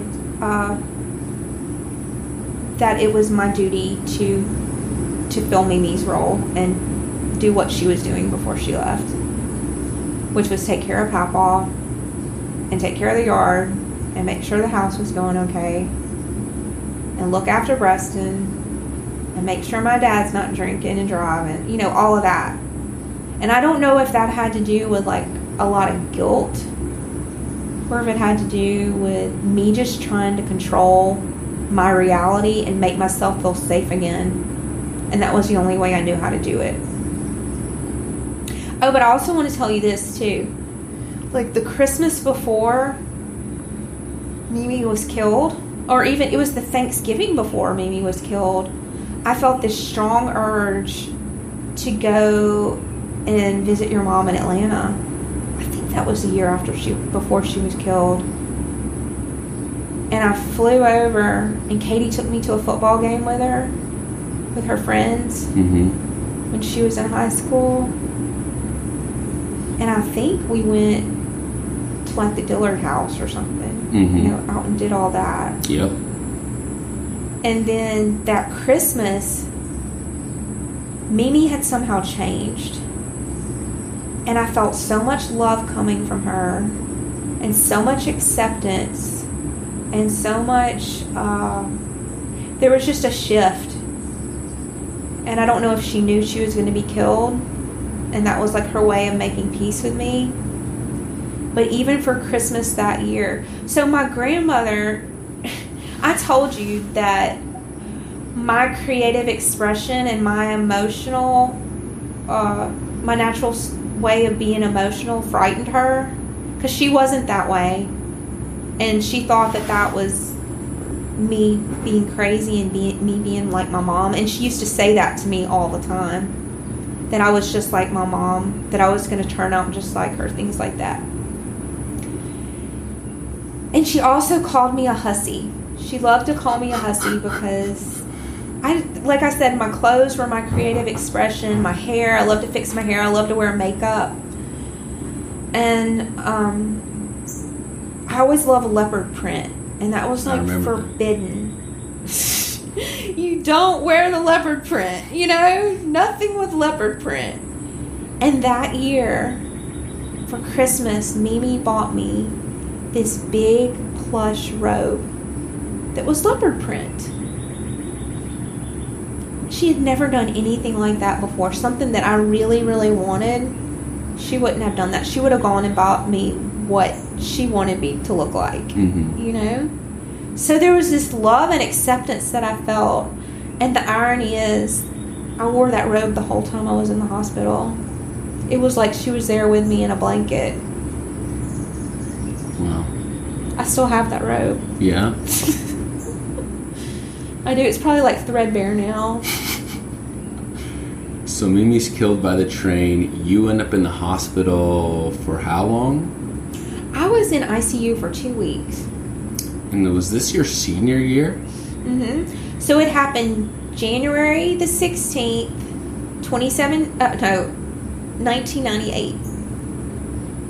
I was a senior in high school. I had no idea where I was going to college. I had taken my ACT one time. And here I am with a brain injury. And a family to take care of. Did you notice a noticeable shift in either your mental, psychological state, your emotional state, who you were as an individual? Yes. Once you got out of the hospital? Yes. Whatever happened, I don't know what happened to my body, like my physical body, but whatever happened to me spiritually when I had that near-death experience changed my perception of everything, but it also made me very afraid. Very, very afraid of what I was seeing that was going on in the world. And that has a lot to do with what I was telling you happens now, or even like just going out on a walk or going to the grocery store. Sometimes I have to come back and like get back in my reality because that can change it so much. Well, I didn't have that safe place to go back to then, so it was just a constant state of anxiety and doing whatever I could to make the anxiety go away. And at the time, that meant focusing on other people and not focusing on myself. And so right away, I started like taking Mimi's place, like, and trying to take care of Papa. I even drove myself home from the hospital. Wow. Now, I wasn't in my own car, but I would not let Papa drive me. I wanted to drive, and I couldn't even move my neck. I just had like a fractured skull. And you mentioned the physical, the changes were mostly physical, but you also permanently lost hearing in one of your ears. I did, yeah. And then I had the other thing that was new was, like, I don't know what the term is for it, but it's not being able to remember words. So, like, I could remember what a word meant, and I could describe the word to you, but the word itself would just, like, vanish from my mind. I also noticed that my short-term memory was affected. I could remember long-term things, but to remember short-term things, it's like I had to memorize it, or I had to relearn it or something. And then, I mean, to me, the worst part of all was dealing with Preston's behavior after that. He had just seen Mimi killed. And when I got home from the hospital, I remember one of the first things he told me was that he wished I would have died. What? He did. He told me that he wished I would have died instead of Mimi. Holy shit. Yeah. Where do you think that came from? He was grieving. And I was the closest person to him, and he had almost lost me too. Did y'all have a rough relationship at the time?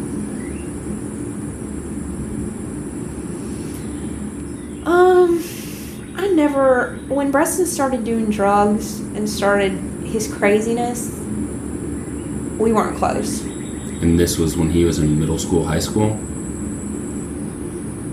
He was in high school. He must have been in 9th grade when that happened. No, he's 2 years behind me. He was in 10th grade. I was just referring to because his bad behavior? Yeah, because he told me he got drunk for the first time as like a 5-year-old or something. And did acid with Bub for the first time when he was like 8 or 10. Mm-hmm. That was probably with Susan. Yeah. Was his mental state slipping prior to the accident? He had been hospitalized, I think, before the accident one time. He had been arrested before the accident. You know that.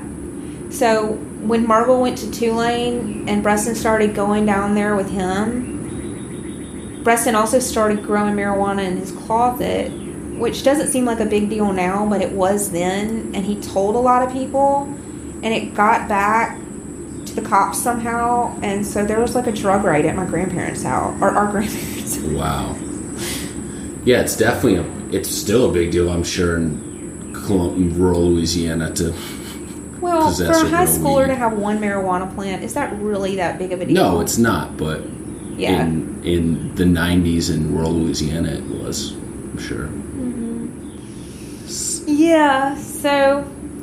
How did y'all's relationship proceed after that? It was rocky all after that, and because he started getting in and out of the hospital after that.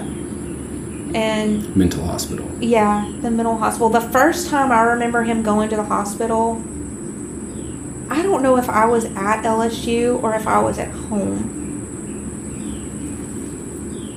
You know, a lot of the stuff I may have blocked out.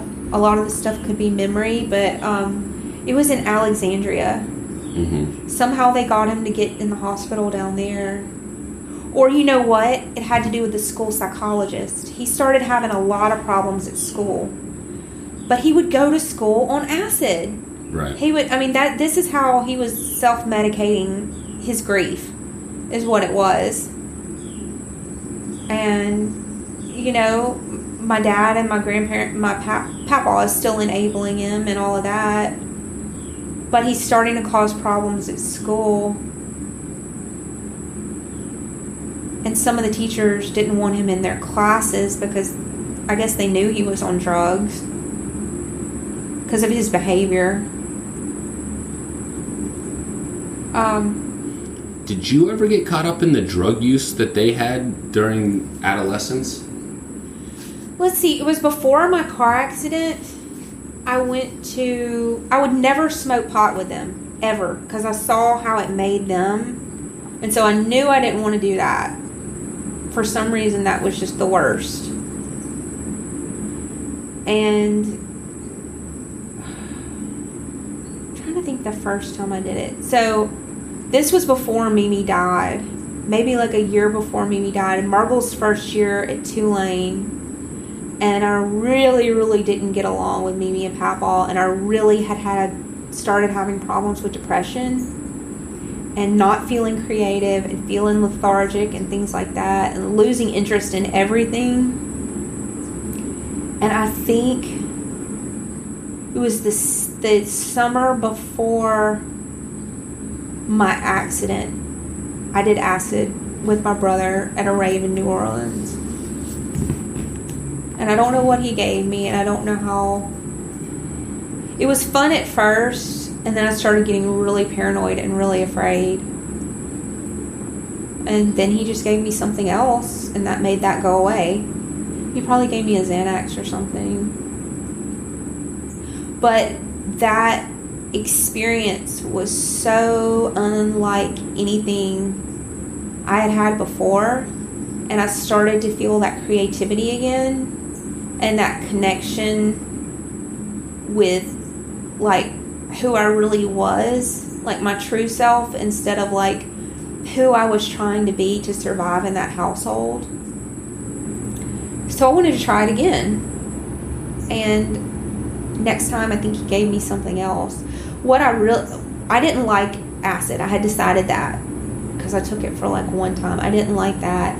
But I loved the way that ecstasy made me feel, and that I would love to dance. Mm-hmm. So I got to dance again. And so I did that a couple of times. And this was all the summer before my accident. And this is when you were going down to New Orleans to visit Bub? Mm-hmm. Okay. And my dad's dating Susan, so I don't want to stay with Susan because we hated each other. And my dad didn't, like, get me a hotel room or anything, of course, so I went and stayed with my brother. And he's my older brother, and I trust him. And he's in Tulane, and he's in college, and that's what college people do, right? Mm-hmm. And so I just went along with it.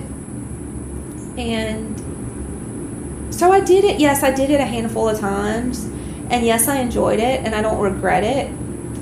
But after I had my head injury and my brain injury, I didn't want to do it anymore because I had experienced brain damage, and I saw, like, a parallel between the way I felt when I was doing acid and the way I had felt then with brain damage. Right. So I was like, okay, that's not a smart choice if I'm planning on going to college and finishing. Because by that time, my older brother had lost his scholarship. You know, he had lost because of drugs.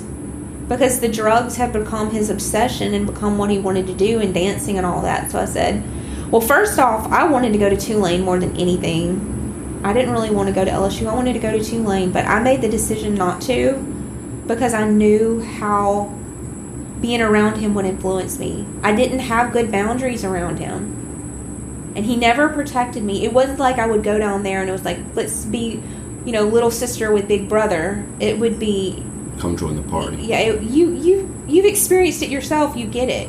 Yeah. You know how he is. And so my intuition said, no way. Red flag, you're not going down there.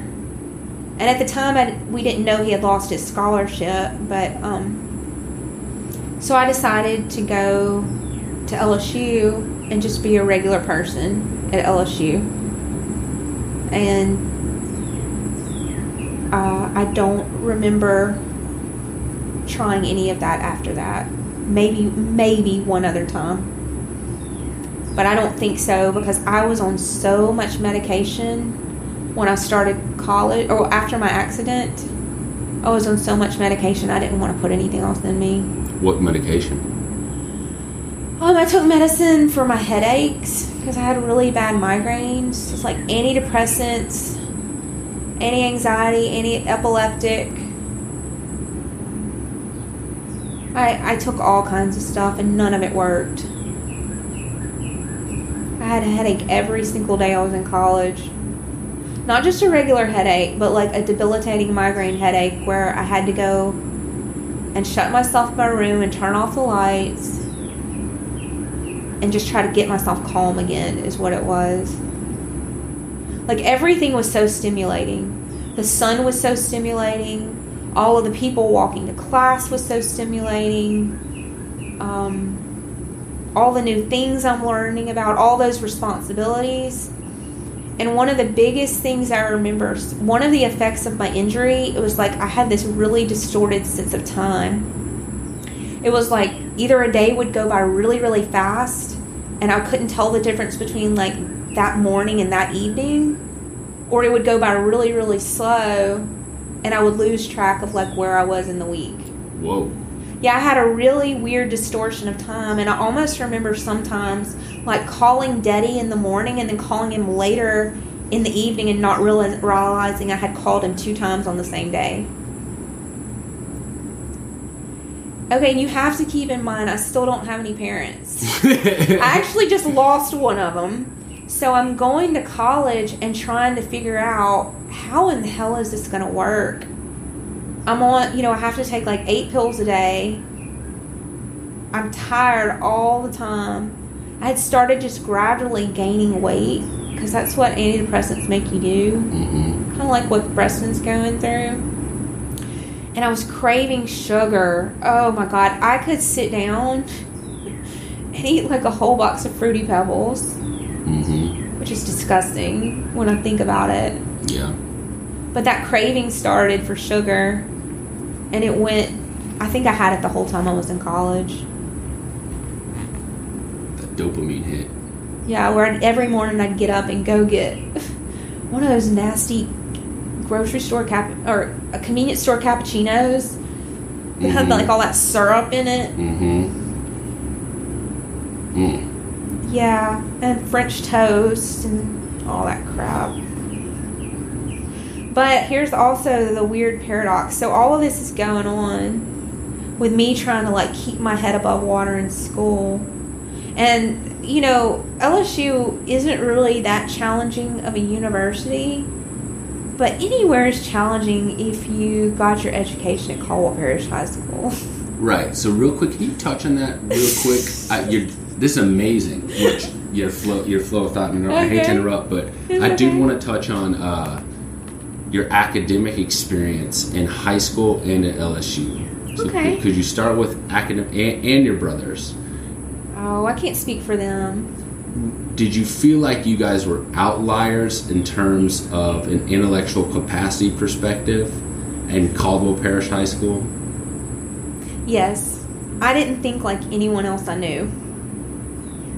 But I did not think that made me any more intelligent. I thought that made me crazy. So I am constantly trying to keep myself in a box. I don't want to be out of that box because I think I know what that means. And I'm not going to follow that path like my mom did. So I was always a really, really good student. And I did really well in all of my classes. And I got along really well with all of my teachers until I got, I think it was in 11th grade. This is before my car accident in chemistry. My teacher in chemistry, he didn't like us. He didn't like the Youngbloods, period. He was very threatened by my questions. I think Breston referenced this guy, He got too. kicked out of his class. He did. Breston, I don't know how Breston took physics and chemistry, but at some point in chemistry, my questions were like so far out there and so challenging for my teacher that he told me I couldn't ask anymore. And there goes again me not being able to speak my truth and me not being able to like have a voice. And I was used to that at home, but now it's affecting my education. So that was just further like evidence that I didn't need to speak up and that what I was saying was wrong and what I was thinking was wrong. And so with all of the classes that I took at Caldwell Parish High School, I can think of maybe one or two that helped develop my gift, which was my creative expression. None of the other ones even acknowledged that was something acceptable to be doing. And I only had that class, I think, for one semester or maybe 1 year, which it was my gifted class. My teacher in my gifted class loved me. Did y'all end up as like valedictorians, salutatorians? I was second place. I was always second place at everything. And you know the reason I was second place? My 9th grade year, my English teacher, I made a B in English.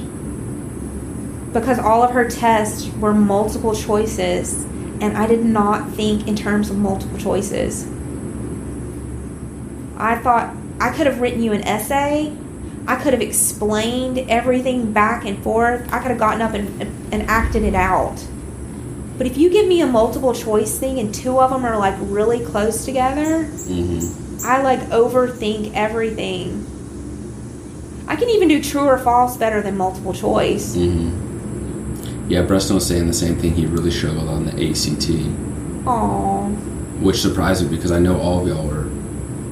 No, I didn't do kids. well on the ACT, but part of mine was anxiety and being able to concentrate under that kind of pressure. Mm-hmm. I had, because of the poor parenting skills, I didn't know of any way to like soothe myself and comfort myself in an academic environment other than drawing. Right.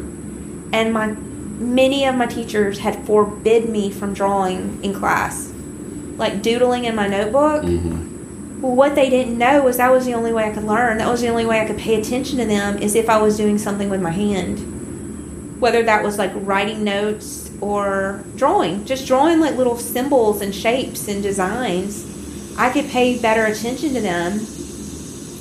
But like in their ego state, they saw that as threatening and insulting and something they wanted to control. So I didn't do bad at Caldwell. I made all A's except for that one Well, you're B. salutatorian, so obviously you didn't do bad. Yeah, but I was not getting to use my full intelligence. Right. I was operating out of one side of my brain, which was my left side. Right.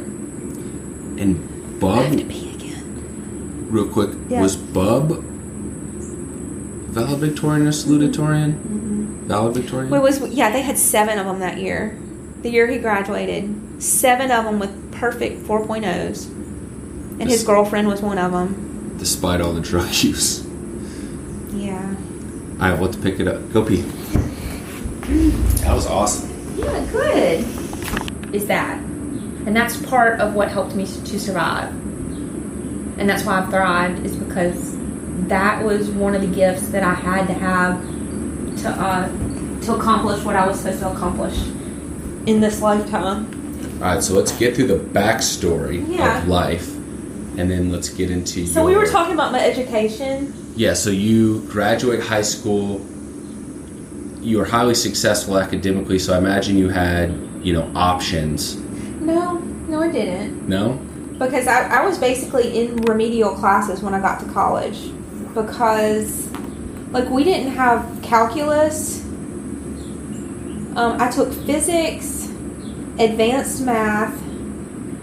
My English class was actually the only thing that prepared me for anything in college. I had a really good English teacher my 12th grade year, and she taught us how to write an essay, write all those different essays. Mm-hmm. So when I got to LSU, even though I had to take, it wasn't like remedial English, but it wasn't like I could just go in and like all those AP classes that y'all had, mm-hmm. where you didn't have to take like the first English, the second English, right. the first. No, I had to take everything from scratch because they look at my transcript and I didn't have any of that, and I didn't do good on my ACT either. I didn't do bad, but it wasn't like, that wasn't what I was good at. Mm-hmm. I was not good at taking tests. I could do math, I could do English, I could do science or whatever else is on there, but that, you can't test me with a standardized test. Mm-hmm. That's just not the way my intelligence works, I think. But that's what they use. And so at LSU, my first semester, I was so afraid of my depression, and my depression, I wasn't going to let it sabotage the opportunity that I was about to have to break free from my family of origin. Because that's how I saw college.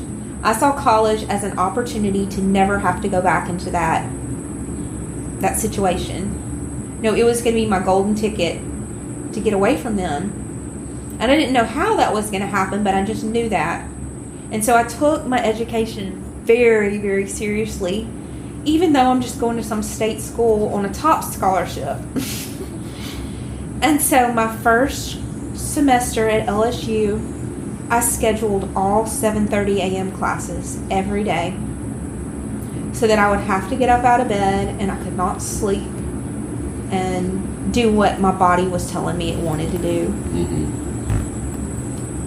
And so my first year, Could have been, yeah, it was my first semester. I was able to get into an art history class, and it was like prehistoric art to Renaissance art. And I had finally found something I really wanted to learn about. And I loved going to my art history class, and I loved studying when I got home. See, that became my obsession, was studying. I was like addicted to studying. Because if I could study and do that, then I didn't have to be social. I didn't have to go out and make friends. I didn't have to do any of the things that my anxiety was telling me. You don't have time for that. Mm-hmm. You don't have time to have fun. Look what happens if you have fun. You end up like your brother. And you lose your scholarship. And, you know, all of that. So I was just a very, very focused student. And, you know, I did go out and I did drink with friends and things like that, because that's just what you did. Mm-hmm. I mean, everybody did it. It was either that or like you were at the Baptist Student Union. Right. Doing things like that. And I didn't want to do that either. So, but I never made any close friends until I got into my junior year. I have always had a hard time bonding with people. I just don't do it well. And it takes me years and years and years for me to bond with people, for people to earn my trust. And that just wasn't, that's not the way college friendships work. They're very fleeting and temporary and fun and things like that. And I wasn't available to do that with people. I was too afraid. And then I also had this responsibility of a family at home.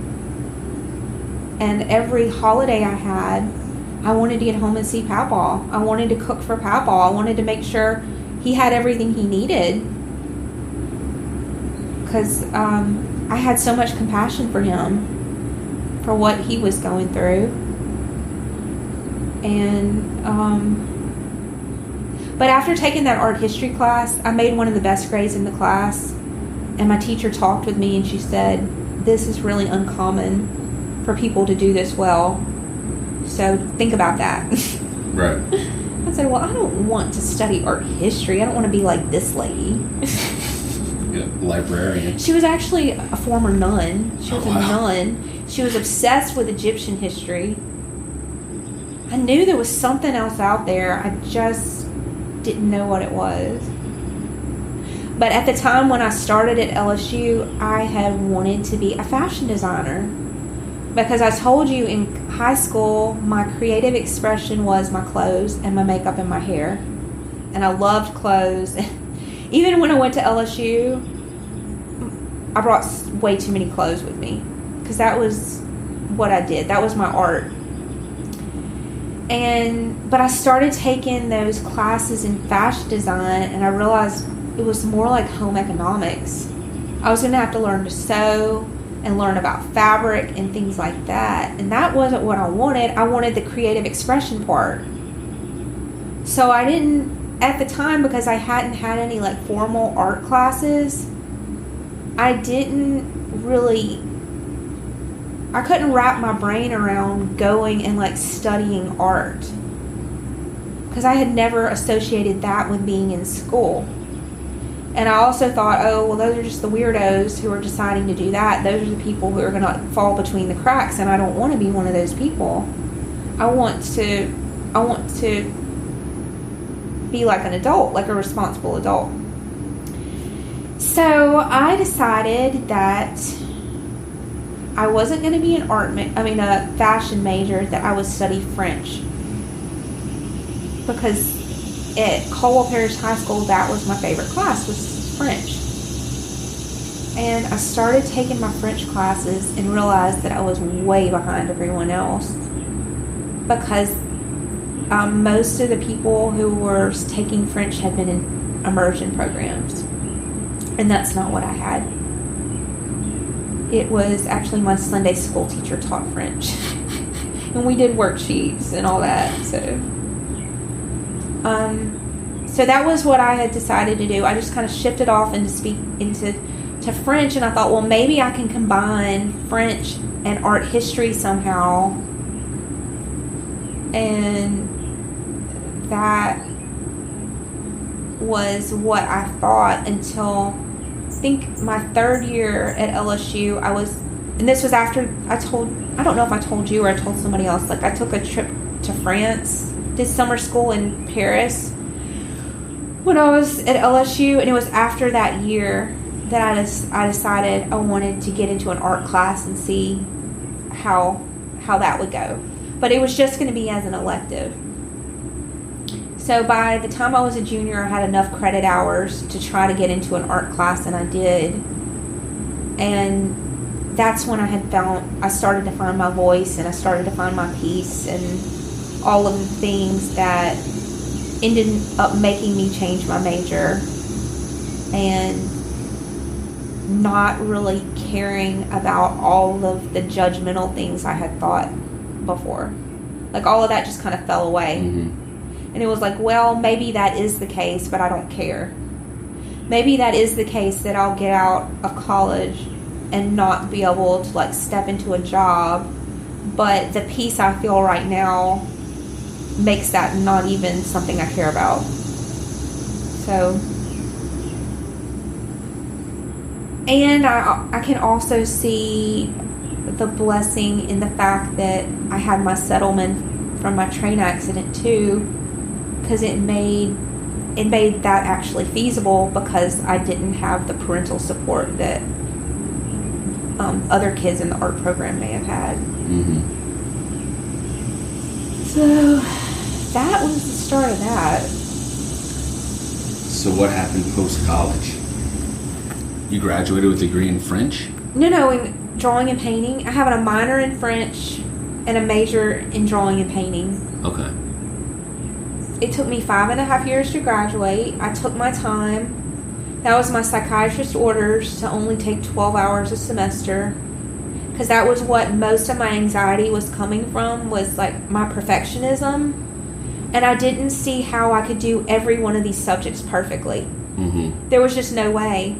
How am I going to flip-flop from math to English and, all of that? It was so overwhelming for me. And then going to class, actually being in class, and all the energy it took to be around those people, and the headaches I was having every day. So I took 12 hours a semester and finished 5.5 years after I started. And by the time I finished, I knew that I wasn't done, because I had technically only been painting for 2 years, even though I was graduating with a degree in drawing and painting. So I thought, this isn't done. And even though I'm starting to get this, I might just be starting to get it,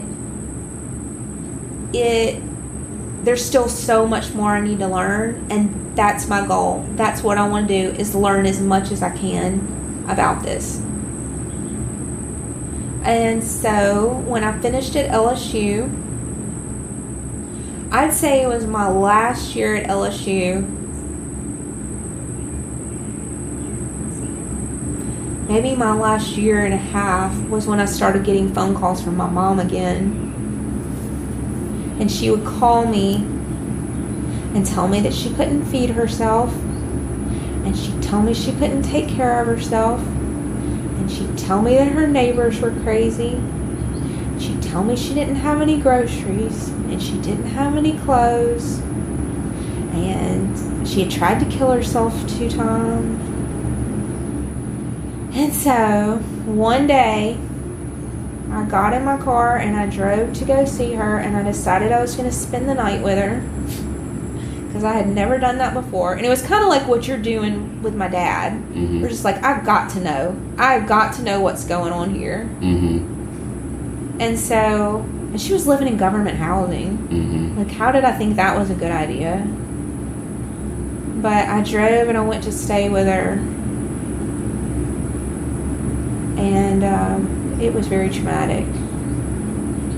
And I remember calling my dad and crying all the way home and him saying, Caroline, don't ever do that again. I can't believe you did that. I can't believe you went there alone. And it was like maybe 6 months later, she'd kept calling me and telling me all these things. And so I went and picked her up and visited her. And she told me she wanted to go live in a nursing home. And so I took her to the nursing home, and we went and toured it and looked at her room, and then Papa helped her to move in there. And yeah, that all happened before I graduated college. She moved into the nursing home. In the meantime, your younger brother Preston, was at LSU with you. He was. And he was going through his own it started Preston's first semester in college, because he doesn't have the boundaries like my older brother does either. And then if he's not stable and he's living with a roommate that's a stranger, like, who's going to want to live with that? Mm-hmm. Oh, the only person that's going to want to live with that is someone who's equally as crazy, right? Mm-hmm. So he kept having problems with friends and roommates. This is probably the hardest part for me to talk about, because the thing is, when I start talking about it, I can feel his pain. Yeah. I feel his pain. I feel it in my heart. And that's exactly the way I was then. I felt the pain so much in my heart that it didn't even matter that it was ruining my life. So we may have to talk about that another time. Because that was a very, very traumatic time having... Because so many times, I was the one that initiated all that. Daddy never got involved. And I don't know if it was because it was so traumatic for him after doing that with my mom or what, but he would just kind of slip out of the picture. He would just slip away. And he did that all the time. It wasn't just with Preston. Because I remember... like my freshman orientation, which would have been 7 months after I was almost killed in a car accident, he dropped me off at a hotel in Baton Rouge, which was near LSU campus, and went and stayed with his girlfriend in New Orleans while I was at my freshman orientation, and gave me money to buy pizza. And he came and picked me back up when it was over with. Unbelievable. Yeah, that's him though. Yep. So he did the same thing with Preston, and I was a volunteer. I volunteered to do it all because it made me feel more in control about what was going on.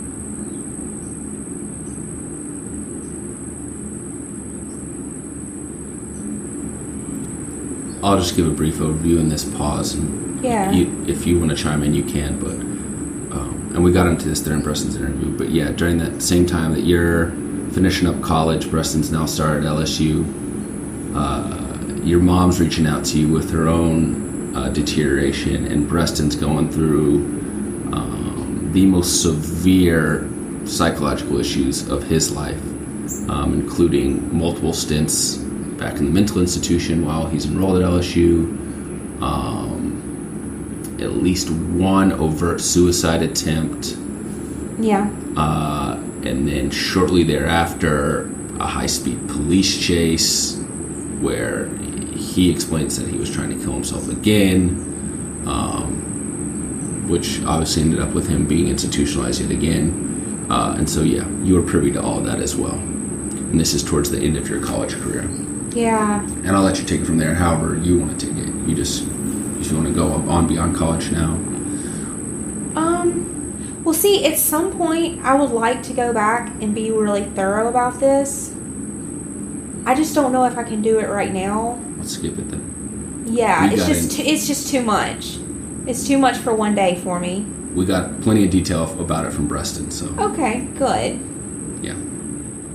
So right before I graduated, and all this stuff started happening with my mom, my depression got worse and worse and worse, and I became more dependent on Adderall to help me wake up. Mm-hmm. I've been there. Because before, when I was on antidepressants, I was sleeping all day long, and I had finally found this drug that kind of counteracted that. Mm-hmm. Well, I didn't know how to take care of my body because no one had ever taught me how to take care of myself. They taught me how to take care of them. Mm-hmm. So when I'm taking all this medicine, and I don't know, like, nutrition, about how much water to drink, about vitamins, you know, regular self-care things, getting enough sleep,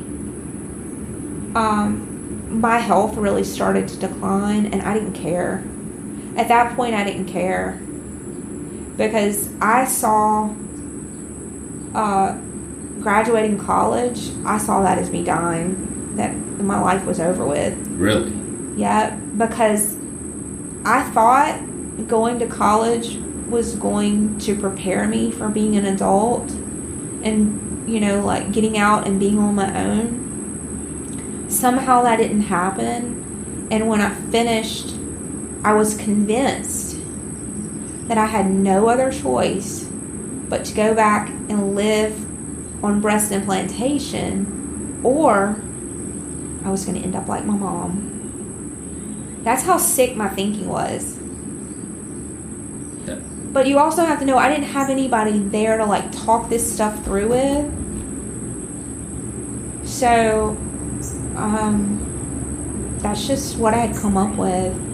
I thought, what I need to do is just get back there and I'm safe. I'm somehow safe there. But at the same time, I knew I wanted to go to graduate school. So that was the next step of my journey, was trying to figure out a way to make graduate school happen. And so I spent a year there getting my applications ready for graduate school. And spent a lot of time with Papaw. That was really important to me. And moving off to graduate school was like my last chance at breaking free from them. I felt like I had just enough money left from supporting myself through LSU that if I got some type of scholarship for graduate school, I'd have enough money to make it through 3 years and finish. And then I'd have my degree, and then I'd also be so far away that I wouldn't want to go back. So I applied to 10 different schools. I got in 3, and I decided to start school at Syracuse University. And that was going to be my new place, where I was just going to go up there and just create a new life. And I'd be so far away that I would never want to go back. I think maybe after the first month I was there, Papa got pneumonia, and Daddy was not around. He was off with his new girlfriend, and Papa almost died of dehydration in his bed because he didn't have anyone checking on him, and I thought it was all my fault. And I was never going to forgive myself for moving off and doing something for myself.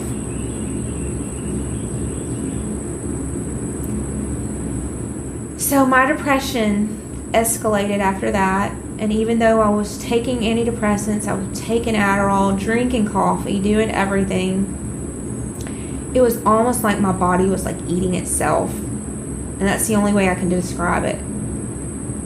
And I got so sick when I was up there, and I was so suicidal when I was up there, and I was so isolated when I was up there, and so unhealthy. Still addicted to sugar, eating those sandwich cookies, eating Kit Kats, eating coffee with lots of sugar. Nothing I put in my body was good for it. And my skin started breaking out, and my hair started falling out. And I remember one day, right after I turned 25, and I sat in front of the mirror, and I just started cutting my hair off, one piece at a time. And it was either that or I was going to kill myself.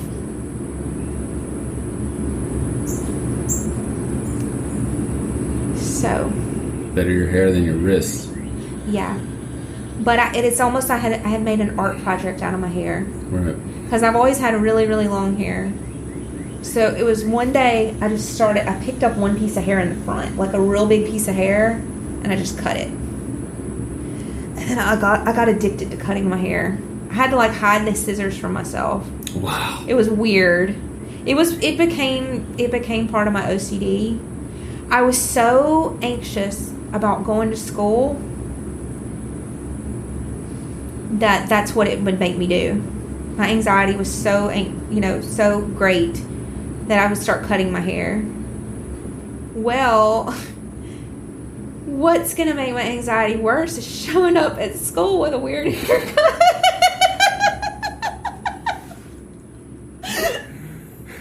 So it was like this snowball effect. So what am I thinking? That's going to make it better if I show up to teach my class and like I've got a weird haircut? But I did it. And I taught a class when I was there, Alex. I taught watercolor. Yeah, so at some point, the family started to kind of like figure out that something weird was going on. And that made Marvel really uncomfortable. At some point, he flew up there. And he had never seen me like he had seen me then. I weighed 110 pounds. Right now, I'm thin right now for myself, and I probably weigh 135 now. Wow. So if you can imagine me 25 pounds less than I am now. Damn. Yeah, because you're thin now. And here's the thing, the whole time I was being treated by a doctor there. A psychiatrist? Mm-hmm. Somebody was writing all my prescriptions. I was going to the doctor to get my Adderall prescription written. They weighed me every time. They saw my skin every time. They saw my hair every time. And kept feeding you the pills. Mm-hmm. I mean, and I'm still going to school, too, and none of my teachers were, like, showing any concern. I think that's why I started doing it to my hair, because I thought, they'll notice this. Because you have to realize, too, this whole time I don't have a voice. I still didn't have a voice. I still couldn't speak my truth. I wasn't going to tell anybody about how crazy I felt, because I thought that meant me going to the mental hospital. It was crazy. The whole thing was crazy. So eventually, I came home for the summer, and here's Papaw. Papaw's like so weak. Papaw looks completely different because he had that thing with pneumonia. I said, okay, I'm just going to come home for the summer and just sleep the whole time. And then maybe I'll feel better after 3 months and I can go back to school. When I got home, Daddy and Wanell had dropped the bomb that they were getting married. And that they were having the wedding in our house. And here I am with, like, the weird haircut. Just real quick, this is your mom's childhood friend who had adopted your brother, who your mom had via an affair that she started when she had been institutionalized. Yeah. Your dad had now married this person that adopted that. Yeah, and also that they had just made this really big business investment in all of these things. Yeah, they invested, I believe, in like mortgage loan companies right on the eve of the subprime mortgage crisis. Yeah. Oh, and I remember, Alex, Papaw sitting down with my dad and showing him an article in the Wall Street Journal, which he read cover to cover every day, that said that. Yeah, they just got suckered in. And I remember Papa saying, Caroline, I'm going to cut your dad out of the will. I'm cutting your dad out of the will. Him saying that to me, and I said, Papa, I can't influence you on that in any way. That's your decision. He said I'm cutting him out of the, his main thing that he wanted to do was cut him out of any of the natural. Yes. Yeah, whatever the natural resources are for the land, at least cut him out of that. Well, that wouldn't have made any difference now anyway, because he hasn't seen anything from that, but yeah, so that's the story on that part. And shortly after that, Papa passed? A year later. So did you end up going back to Syracuse? No, I was too sick. I got home and Juanelle is there all the time. And we didn't get along. I did not like Juanelle's energy. And she didn't like me, and I didn't want her there. And I was sick. And so I ended up having to take a medical leave from school. I had like a full paid fellowship, and I had to give it to somebody else because I was too sick to go back. I knew if I went back I would kill myself. Mm-hmm. That's what it was. And I knew if I was there with Papaw, at least he gave me a purpose. Mm-hmm. And it just didn't seem like, it seemed extremely selfish for me to go back and just sit around and paint all day long when this man who had sacrificed so much for me and had done so much for me is there dying, and he's not being taken care of the way he deserves to be. Mm-hmm. And I knew that wasn't my responsibility, but I also knew nobody else was going to do it. Mm-hmm. So that's what I did the next year, is I took care of my Papa, and that is what I wanted to do. I wanted to do that more than going back. And I just decided I didn't want to be a painter anymore because I thought that that's what had made me want to kill myself. Mm-hmm. So I stayed with him a whole year, and my intuition started to tell me that he was going to pass away soon. And so I got a job in Baton Rouge the next year. And I moved back to Baton Rouge because that was the only place I knew to move to. Mm-hmm. And I got a job at an art gallery,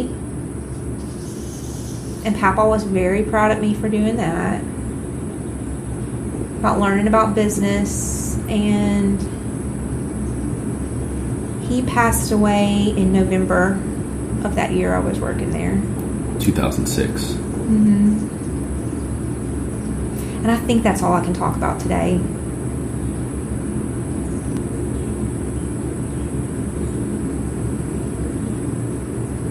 Because my breath is getting really shallow.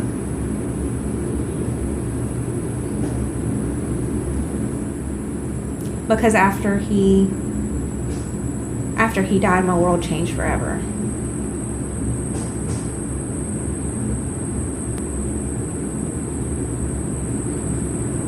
Because I felt like an orphan. That's what it was.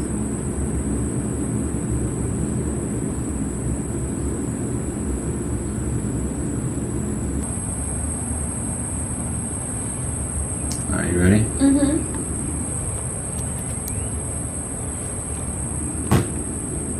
So it left off with Papa's passing. Oh, yeah.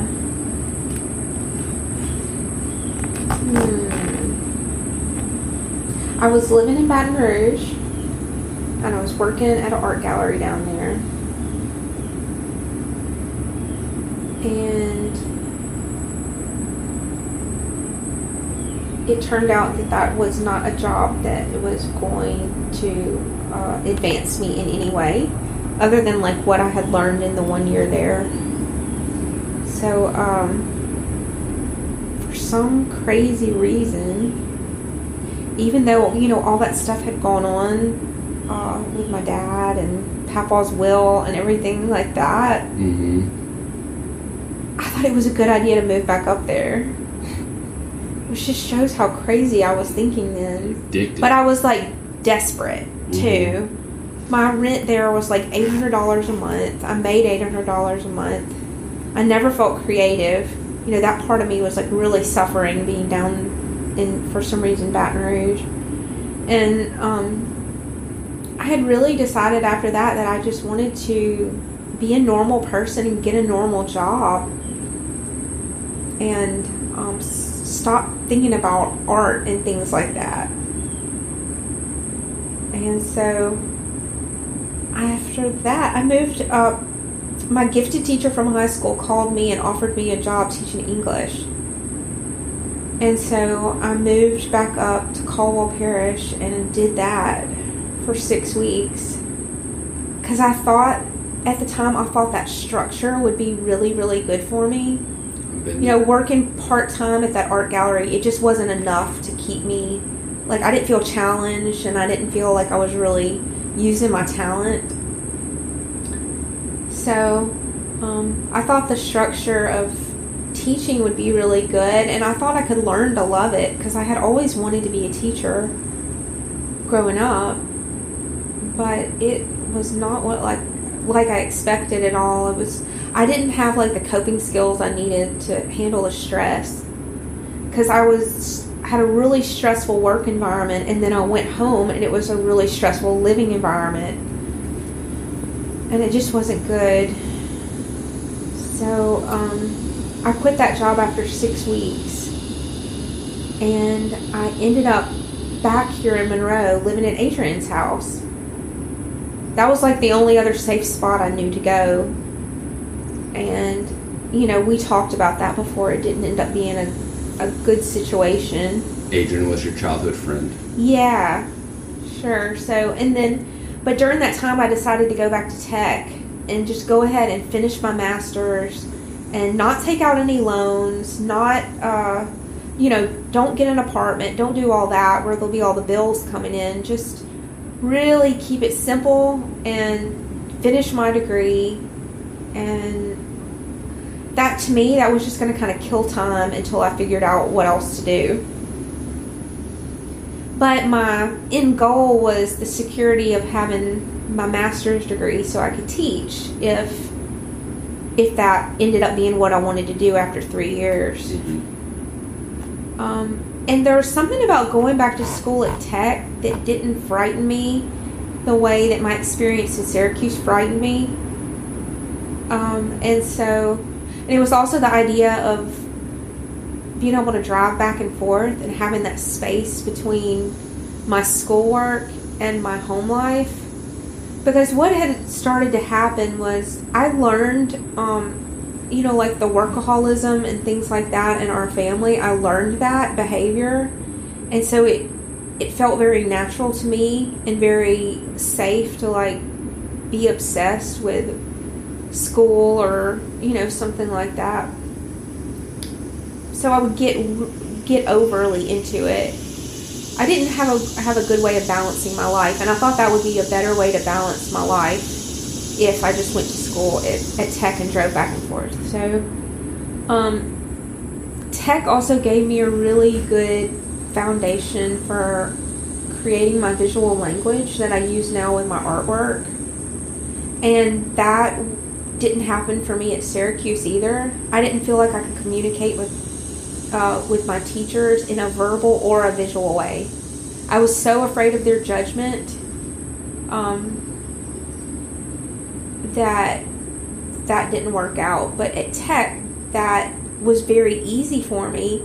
And then, like, with having the house so close, and I'm talking about the house in Riverton, I could go back and forth and get the things that I needed to be able to express what I needed to express at the time.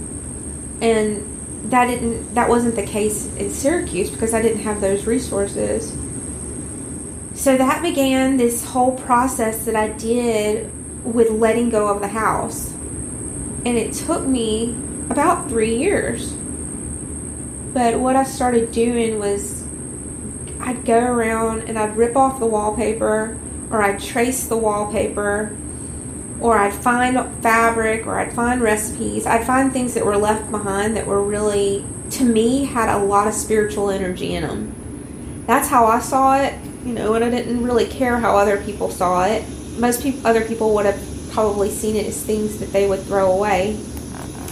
But for me, because of the connection I had with the house and the connection I had with the spirits that were in the house and the people that had lived in the house, when I touched those things and used them for my art, I felt that connection, and it was healing whatever was supposed to be healed from that experience of living in that house.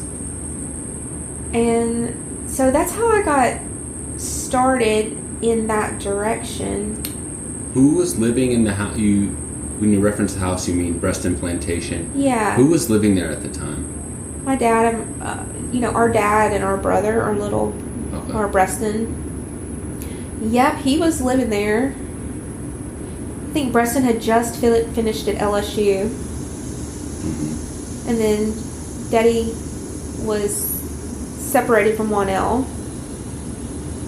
Or divorced, I don't know. I don't even know how long they were married. And so the house, the plantation, started to serve as this inspiration for your creative expression. Yes. And it always had. I just hadn't figured out a visual language to do it with. But being in the house, but mainly because I didn't have the resources before, because I was either in Baton Rouge or I was in New York State. And for a short time, I had worked in a studio there, but it wasn't until after Papaw passed away and I started to see like the impermanence of just that whole situation.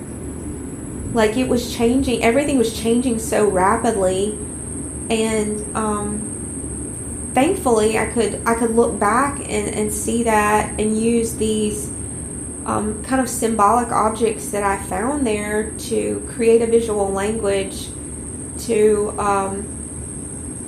be able to kind of close that chapter in my life and start something new.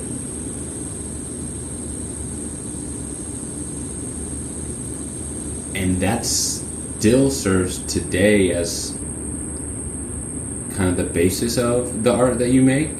Is that correct? Not things that I find there. No, I moved on to... I actually prefer using photographs that are anonymous.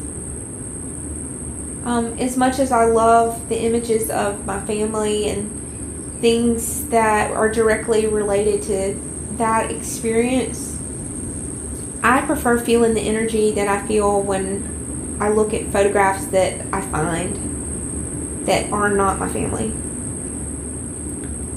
At what point, because this is the most phenomenal thing to me, and this is what I want to get into as we close out this interview, at what point did you start to feel like you were transitioning away from this past, much of it embodied in the plantation itself, and started to find your own path? And eventually you graduate from Louisiana Tech, mm-hmm. and you start to do what I consider almost the impossible for an artist, let alone an artist who had such a traumatic upbringing, support yourself through your own passions. Yeah. Okay, so a real turning point with that came... There's two significant things I can think about. The first was the part-time job that I decided to get while I was finishing my degree at Tech. I just wanted to have a fun job that got me out of the house early and just kind of gave me some structure to my day other than just working on artwork all the time. Mm-hmm. And so I got a job at Starbucks Coffee because I thought that would be really fun. And it was through working there that I started selling my paintings to people in this area. I brought my paintings with me to work, and while I was making coffee, people looked at my art and then they started wanting to buy it. And then after I graduated from Tech and I moved on from that job, I had like a really good customer base here in Northeast Louisiana because of that. Wow, so through Starbucks you started to get, like, I guess, creative type art interested people coming in, and that was the foundation of your clientele? Yeah, it gave me a confidence in selling my work that I didn't feel when I worked at the art gallery, because the art gallery I worked in the year before actually sold my work, and to me it was very awkward to try to show people my work in that situation. Right. But at Starbucks, it was like this fun environment where everybody's happy. You know, everybody's got their drink, and, you know, there's the music going and everything. So I thought that would be a good place to bring art. And the people I met there ended up becoming the customers that supported me enough to keep me in Monroe. So as you're working this part-time barista job, you start to be able to support yourself just through selling your own art? By the time I finished at Louisiana Tech. Okay. Mm-hmm. But you were still working at Starbucks and selling it from there at the time? Mm-hmm. Wow. Mm-hmm. Yeah. And so then did it start to dawn on you, or was it even your plan that, like, oh shit, I could just paint for a living? For a living. Okay, that's what I decided after my last year, because I didn't have any debt. I said, well, why not? This will be my graduation present, is to take a year and see if I can make it work without the Starbucks job. You know, if I leave the Starbucks job, will I have the freedom that I want to start traveling and finding places outside of Monroe and to show my work and sell my work? So that's what I did, and I really hit the ground running because I was still so excited about my freedom of finally being out of school and finally not having a job where I had to get up so early and drive to. I started finding places all over the state of Louisiana, like restaurants especially, that would show my artwork, and that gave me a lot of exposure for several years. And then when I finally embraced social media and Facebook, my business really took off. And that's been a big help since then for reaching new customers, because I'm looking now to expand out of just Monroe. Right. And be other places. Yeah, that's the other thing that's kind of amazing to me is you're doing this in Monroe, which is... I mean, compared to where you grew up in Riverton/Columbia at the plantation is like New York City, but in the grand scheme of American cities, this is like, I don't know, a large town, a small and that's city. why I ended up moving from the farm up here to get a studio, because I had to do that. People weren't going to drive 30 miles to go look at my art. I had to have somewhere that they could just easily get into. But I never imagined that having my studio in Monroe would have made my business expand as quickly as it did, and that it would be as successful as it was in such a short period of time. Because after I moved up here, that first year my income doubled, and then I started doing social media in the same year that my income doubled. And then after 2 years, I was able to buy this house. And I hope things just keep expanding, and they seem to be. It's incredible. It like brings a smile to my face just to hear about it. It's like you're doing what you love to do regardless, right? You wake up, and we'll get into like your process and your like structure of your day and how you keep yourself structured in growing and developing as a human being outside of being an artist. But you're doing what you love to do regardless, and all of a sudden you're done with this painting and you just turn around and make good money off of it. Yeah, it's incredible. Sweet. Well, and here's the even more beautiful part. With every painting I do, I'm healed in some way. And with every painting I sell to someone, they're healed in some way. So it's just, it couldn't get any better. That's amazing. Well, I guess it could. You could move to we can talk about that. Yeah. But so like, are the majority of your paintings being sold by Monroe residents? Up to now, yeah, the majority of my customers are here. I just say in Northeast Louisiana. Okay. Do you feel like you're like saturating that market with Caroline Youngblood work? I think I have now. Okay. Yeah, I have. And so that's why it's time to move on. And I know I have because it's not that my sales have just not changed. Right. It hasn't increased. And then so more sales are happening out of here, if that makes any sense, than here. So I'm always looking for new markets. Yeah, this would be among the last places I would think of, like, an artist could come and establish themselves as a young, new artist for the first time, making a living off selling their passion. Mm-hmm. But you've made it work. So to me, that's, like, even more encouraging and inspiring, because if you win, you probably do end up in, like, a more cosmopolitan market, you know. Or at least having people represent me in those markets. Okay, yeah. Yeah. Do you enjoy being here So not even talking about business, do you enjoy, like, your life here, being in this city? I like how simple everything is here. Mm-hmm. Everything is really, really easy.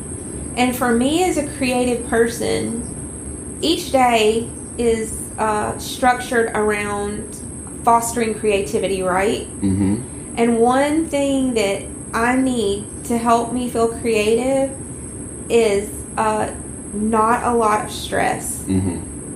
And so if a place is, like, really easy, like here, where there's not a lot of traffic or there's not a lot of choices of things to do, mm-hmm. and, you know, most of my friends work all day long, I don't have the distractions that I would have if I was living in a bigger city. So that is what I like about it here.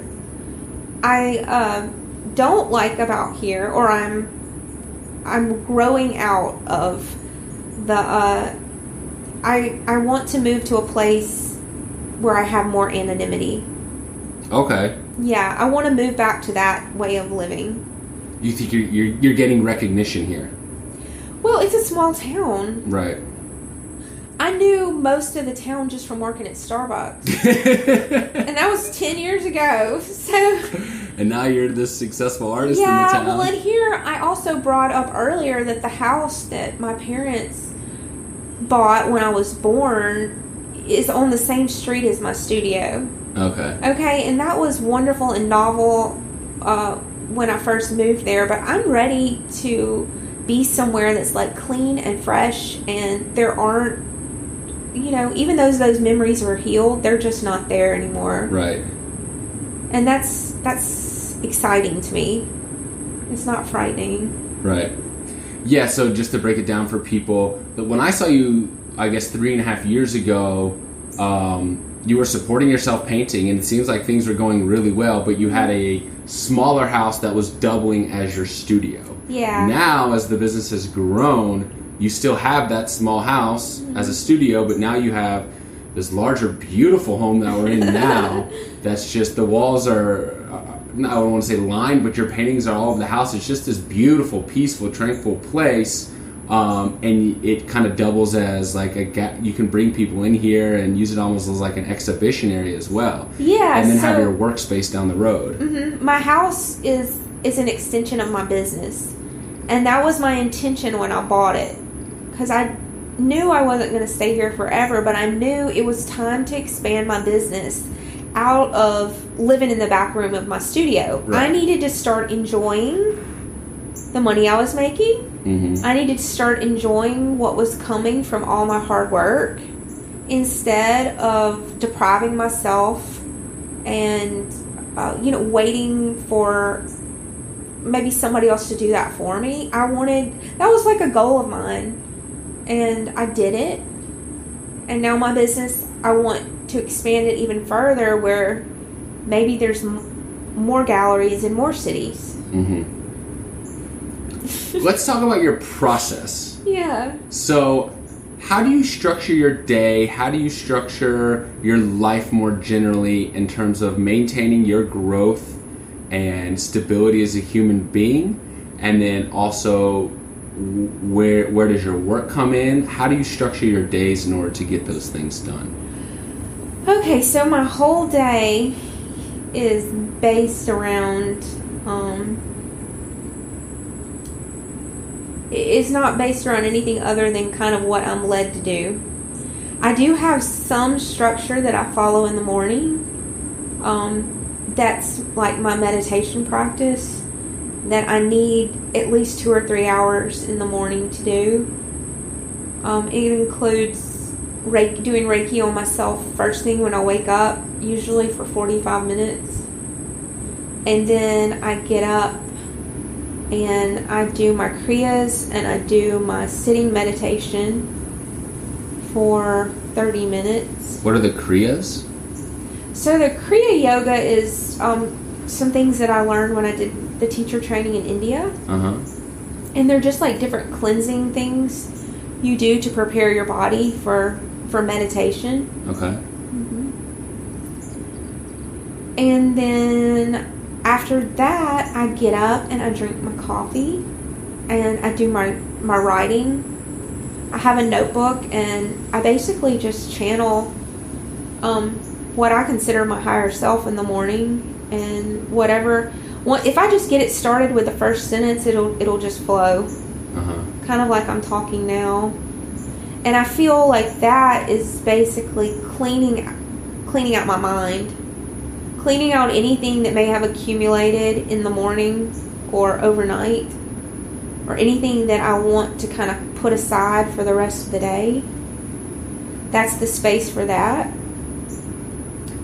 And then after that, a new thing that I have added into the routine is my Reiki dance. That I had been doing it kind of before, but when I did my last Reiki training, I learned how important it is for like clearing a space in the morning to go and do Reiki on all the walls. And so I dance around my house and I turn on the music and I just feel like I'm in preschool again. And I get all my energy out. And then a new thing I've adopted, at least this past year, then I go out and I go on a walk. Uh-huh. So the dancing is very, like kind of ecstatic dancing where, it kind of raises up my energy. And then when I go walking, it's very grounding. Uh-huh. And I don't run. I used to run, but I don't run anymore. I put one foot in front of the other and feel each time my foot hits the ground. And it's that connection with the earth and the connection with like the water and the grass and seeing the ducks and people. To me, that's it really gets the cobwebs out of my head. And when I come back from that walk, that's when I'm at a place where I can think about being creative. I don't have to be, but, I'm ready if that's a good time. And do you come back, do you paint every day? Do you paint on days when the inspiration comes to you? Yeah, I don't paint every day for sure. And I really never know when it's going to happen. Like Saturday, for instance, when your mom and I went and bought sunflowers at the farmer's market, I did not do that with an intention of starting a new painting. I bought the sunflowers because they made me happy. And then I bought your mom some sunflowers to give to Morgan. And then I started feeling your mom's love through the sunflowers. And then that's what inspired me to start the painting. It was 8 o'clock at night. And I had been so overstimulated that day. Like feeling all the love from your mom, talking about Margot and being in the hospital and all of those things. And I had just come back from a trip. But at 8 o'clock at night, I could not stop thinking about that sunflower. And I grabbed it and I went over to my studio. And because I was like in alignment with what I was supposed to do, the painting just like flowed out effortlessly. And within an hour, I was happy with what I had started. And so that's my first layer of doing that painting. And that's generally how most of my images come about. I'll find something, and it's almost like I'm led to find whatever I find, and I know it when I touch it because I can feel the energy coming from it. And then I take the object and I'm holding it. So I'm basically doing Reiki on the object. and then I use my other hand, and the energy goes through into my paintings. That's incredible. This to me, regardless of where your professional life goes or life goes from here in general, to me, with my elementary conception of life and what success is, and it's constantly developing, that to me is like the definition of a successful life. That is exactly what the type of life I want to build for myself. Like I'm in my purpose. Exactly. Mm-hmm. Where I'm waking up in the morning, I'm controlling my own mornings, I'm doing the things I feel inspired to do in terms of my personal care habits. And then once I feel grounded and established, like let my passion pour forth from that and just act on whatever it is my passion is. Ideally, you get to monetize that in some way to support yourself. That to me is like exactly what I want to accomplish in my life. And thus far, this podcast this is what I feel emanating from me right now. Mm-hmm. And part of the intention of the podcast, when I first conceptualized it, was to speak to people like you who can help others achieve that sort of happiness mm-hmm. and establishment of their own path in life. Over these first few interviews, it's been me kind of reflecting and learning about who I am and where I come from mm-hmm. my family members. But now with this interview, which has been in part that as well, getting your perspective on your life, which in turn is part of my life. But now as we get into this discussion, this is the first time, which is really why I want to set up for the podcast, is to talk to people who are living in their passions, mm-hmm. who are living in the moment, who are not following what I perceive as like a preconceived, contrived societal path that they feel obligated to go. Like a recipe. Exactly. They've got to follow the recipe, and there can't be a speck more of salt than what the recipe calls exactly. for.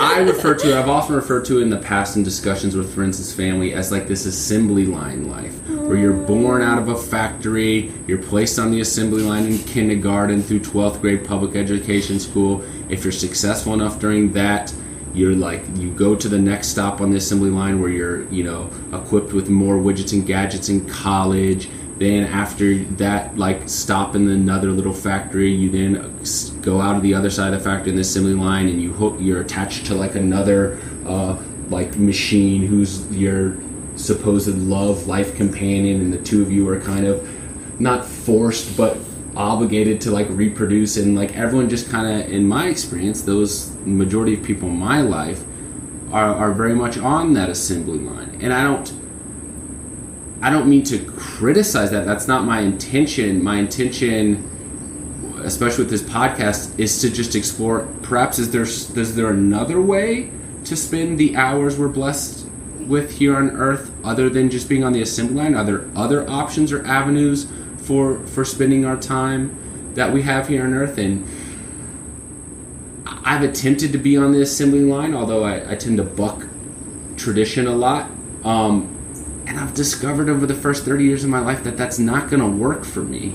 Well, do you remember me telling you how after I had my near-death experience, I had a lot of anxiety that came up because I had a different perception of the world? Totally, yeah. Okay, that's kind of when that switch flipped for me. Okay. What you're talking about, where it's like, okay, are they really going to expect me to follow this? Uh-huh. This formula or this recipe for life? Because I knew that I wasn't going to be able to fit in that. And the anxiety came from the fact that I didn't think I had a choice. Mm-hmm. But we all have choices, yeah. And from what you're telling me, it just sounds like you're an artist. And because some people love that life. They want to follow that recipe because that's their safety. It would scare them to have to wake up every day and decide what to do. Right. And you and I have a hard time understanding that, but I think that's the way the majority of people are. And thank God they are, because if I need to go to the hospital, there's people there working. Right. Your electricity's on, yes. The water's running, yes. The internet's working. Yeah, if you need something to eat, you go to the grocery store and it's all there for you. So that's very true. That's very true. Yeah, but here's the blessing that we have, Alex, is our third eye is open and we can see that. these other people that you're talking about, that you're observing what they're doing, and you're wondering, how on earth can they not see? How on earth do they not know that their freedom's being taken away? Well, that's just your gift of having your third eye open. And that's a gift of creativity too, of being able to see things in a different or a new way, because that's what artists do. It's an original creative expression. Yeah, and I think for now, for the first time in my life, and I feel so lucky to have had this conversation with you, that I'm becoming aware of that, because I think I had a similar experience as you throughout my life, where I guess, as you turn up, my third eye was open, and I'm seeing these other pathways, or at least being aware that I could forge another pathway myself. But it does cause this anxiety, as you said, where it's like, wait a second, do I have to go down this path that everyone else is going down? Is that like the only option? Is it cool if I try to like form my own? And then once you start to realize, okay, yeah, I guess I could form my own, then there's, like you said, there's fear associated with that. Well, there's not safety, there's not security, there's not predictability in that. But I've come to recognize, like, dude, I don't have any other choice. Well, that's what happened to me after I took that teaching job in Caldwell Parish. Just like, I really don't have a choice. I'm not going to make it. I would end up being that teacher that threw a desk across the room or started crying in front of the classroom. Like, I'm too emotional. Mm-hmm. I cannot fit my creative expression in a box or a school year. Mm-hmm. No, this past school year, I just finished up teaching my 6th year in the classroom about 2 weeks ago. And it was the first time as an educator where I felt that way. I was like, dude, I'm going to end up being that teacher who's like having a breakdown at the front of the classroom, because it was the first time where like I really felt like the walls of the box were closing in on me, and I just wanted to punch out of it. Well, aren't you glad that you felt that way? Yeah, I guess it's a blessing in disguise, right? Yeah. I needed that experience to teach me that. Yeah, well, you if you didn't get really uncomfortable, you wouldn't change. Mm-hmm. If you went every day and were like on cloud 9, then that's what you do until you retired. Right. Yeah.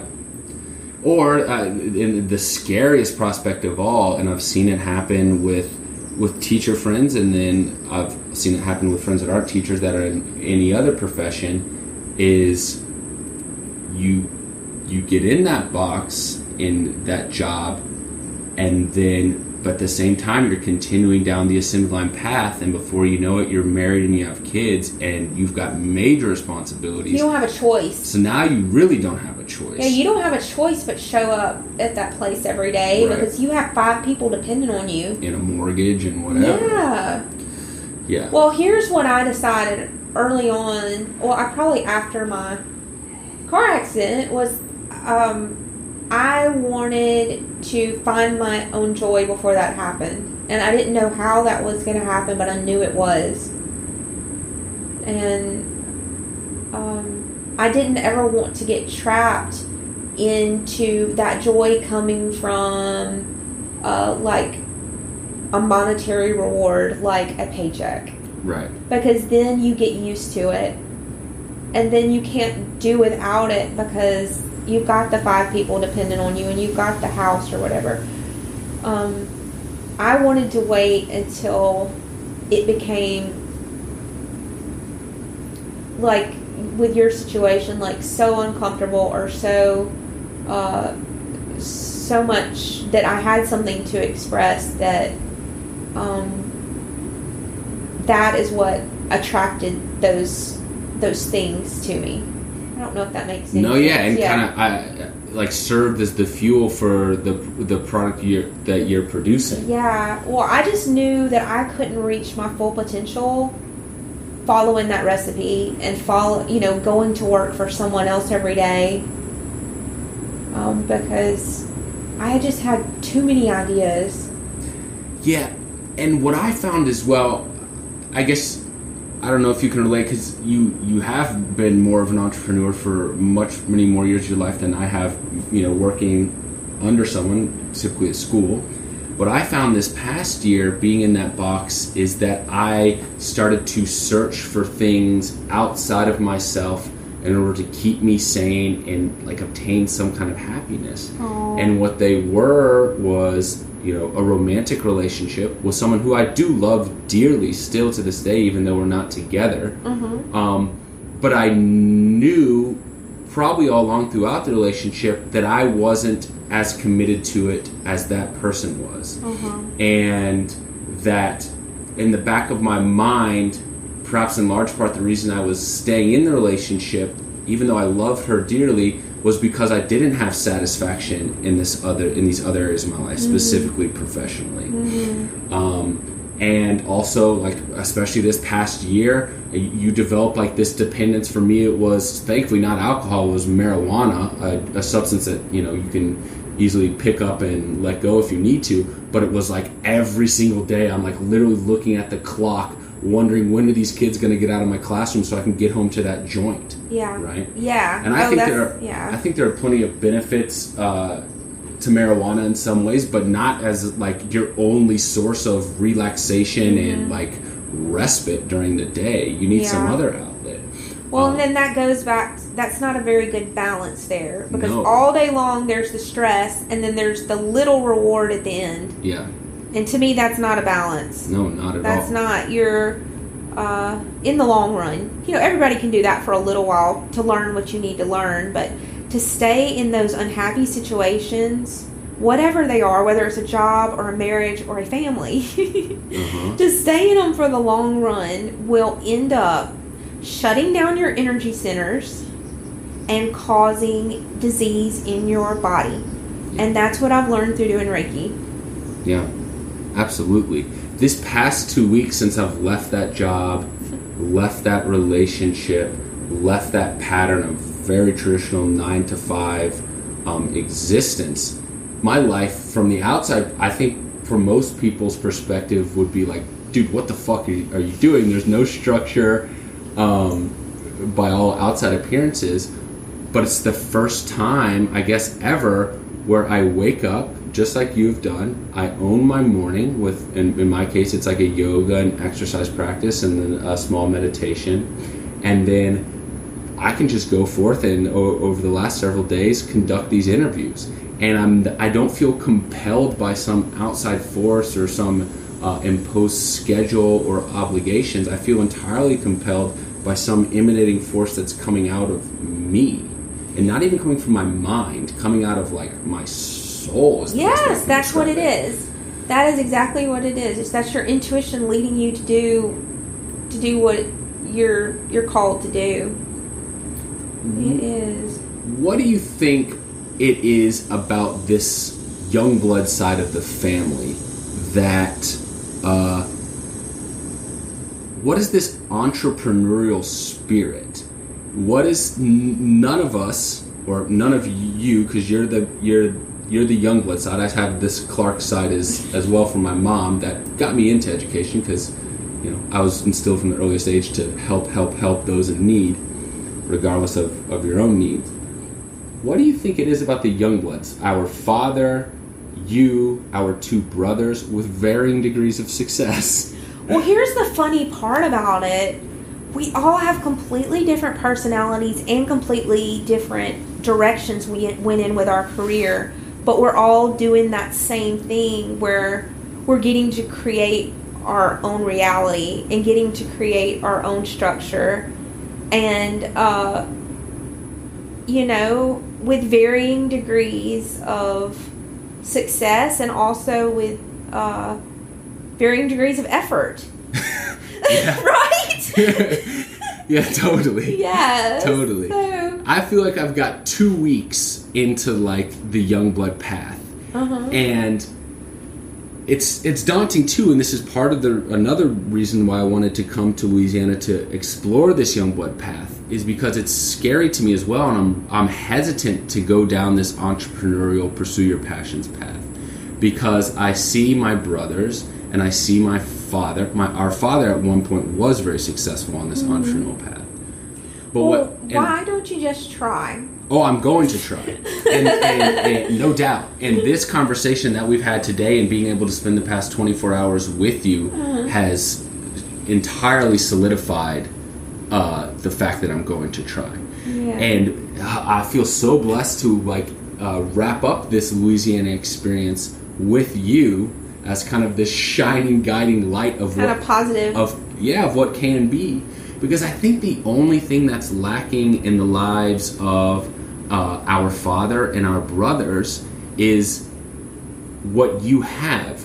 This focusing on what is best for you first, above all else. Yeah. Even before the production of your art, or even before the focus on your professional production, the first thing you do in the morning is engage in a routine that is beneficial to your body, mind, and soul. Well, the most important thing in the morning is making conscious contact with my creator and with my higher power. And that's it. And once that is established, I can just let go of anything else that's going to happen in the next 24 hours, because I know I've done that, and I know I can get me out of the way and let those things happen.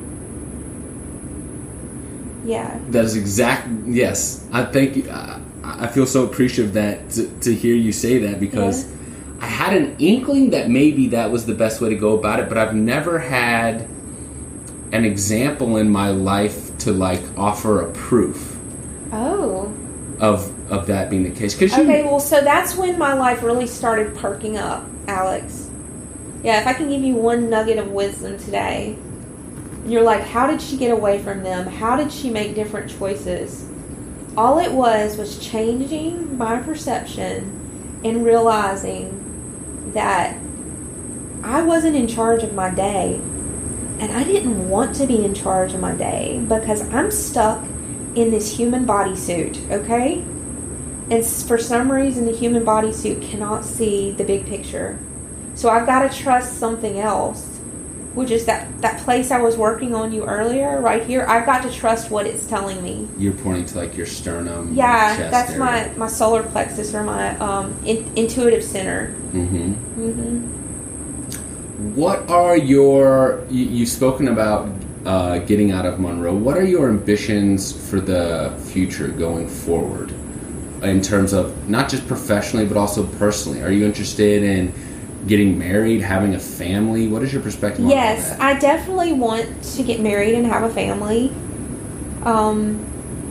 And I have a peace right now that my family is not going to be like the story of the family I just told. And the story is not going to take place in Monroe. This train would really have to be derailed in order for you to end up at that place. Yeah. But then again, I live my life one day at a time. Right. And in the next 24 hours, none of that is happening. Right. But I know that if I keep my connection, I'll know the next step to take. I try not to jump too far ahead, because those are things I don't have control over. Yeah, I think that's part of your philosophy and part of the mindset I'm trying to develop as well. And I really felt that kind of teaching and lesson come to me when you were working the Reiki on me last night and today. Was this dude, stop projecting into the future. Stop worrying about what's coming next. That's a very neurotic tendency that is definitely exhibited by the female family members on the Clark side of my family. Oh, really? Yeah, totally. Always constant worry. But as you were working on me and you had your hands on me, I felt this incredible sense of peace, tranquility, and grounding. And also this sense that, dude, you are here in the moment and there's nothing else that matters. Yes, that is what Reiki does for me, too. And I imagine that's what helps you produce such beautiful work, and I'm hoping to adopt that same philosophy to help me produce whatever creative thing comes out of me. Yeah. Is that dude, don't worry about what's going to happen next. Just worry about doing your best and most genuine and wholesome work, and being the most genuine and wholesome you in this moment. Yeah. Well, I used to be a warrior too. I would consider myself in the warrior spectrum. But that stopped working. That stopped working for me a while back. Because then again, trying to control things outside of myself. if I can just maintain that connection that I'm talking about and do whatever I need to take care of my body, which is going to show the effects of that worry. Because what happens, the worry, it actually lowers the vibration of your cells. So you have to figure out things to do to keep that balance and to keep your vibration up. Because what happens is that worrying energy starts attracting more situations to worry about. Totally. It does. Absolutely. Over the last 2 weeks, as I have kind of adopted that mindset where it's like, dude, I'm just going to take care of like this interview today or just spend time with my family today. It's like everything has fallen into place exactly as I envisioned it would as I was wrapping up the school year. I created a very general like travel structure for the past 2 weeks, but no details. And didn't really even schedule time for the interviews or time for when I was going to spend with my family. But every day as I've owned my mornings with my personal care practice and focused on the task at hand, be it an interview or be it just hanging out with my nieces, like everything has happened exactly as it's needed to.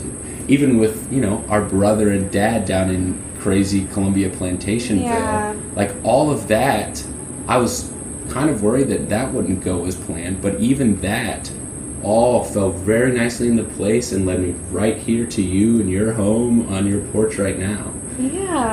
So I'm hoping just kind of to keep that momentum going. Well, if you keep like your direction going, everything you need to fulfill your life purpose will be attracted to you. You just have to have your third eye open to be able to see it. That's usually how it is. That's a beautiful guiding structure. And I think you're this, in all seriousness, I think you are this incredible guiding light and example of someone I want to be. Oh, I love that. I really do. Throughout my life, and I said this to our father yesterday when I interviewed him, throughout my life I held a lot of resentment towards him. And in turn viewed this Youngblood side of my family with kind of a shade of darkness. Especially as I became privy to all of the mental health issues and substance abuse issues that were associated with this side of the family. But getting to wrap up this interview series here with this Youngblood part of my family with you is just, I find it the most incredible blessing, and I feel beyond inspired. Because I really do see you as this like shining example of love, hope, and inspiration. So I'll tell you, I see myself before. I used to see myself as like the woman in all black, and now I'm rainbow bright. That's how I see me. That's incredible. Yeah. I want to be rainbow bright. I'm hoping I'm headed that way. Thank you very much for sitting down and laying down with me here. Thank you very much for the Reiki. I love you very much, and I can't wait to see how you grow from here and where you go from here. Oh, I love you too. All right, I do have a couple tough, not positive questions. Sure. Or I don't know. Maybe. I'll let you know if I can handle them. Okay. Your mom's death. Oh, that's okay. I'm fine with that one. I have complete peace with her. See, you didn't get to hear a lot of what I said yesterday to your mom. So we'll go into that. So what specifically? So that was 2010. I can remember coming out here in 2010 when your mom passed away. I never knew your mom. I had never met your mom, but I remember getting the call that your mom had passed. Mm-hmm. And I felt entirely obligated to be out here with y'all for that. Mm-hmm. So I remember making the trip out here, and it really was, I don't know how you view that whole couple days where we put your mom to rest, but actually it was crazy. Yeah, it was crazy. It was crazy because our family's crazy, mm-hmm. and we were trying to get it like approved to bury her on the plantation property, and that was a whole clusterfuck. Yeah. But it was I reflect on it as kind of a beautiful time where there was like a bonding of all of us as siblings, and especially the three of you because it was your mom and not mine. So what do you remember about that time, and how did her passing affect you, and how have you come to terms with it since Okay, then? so I didn't see her funeral. I had already said goodbye to her before her funeral.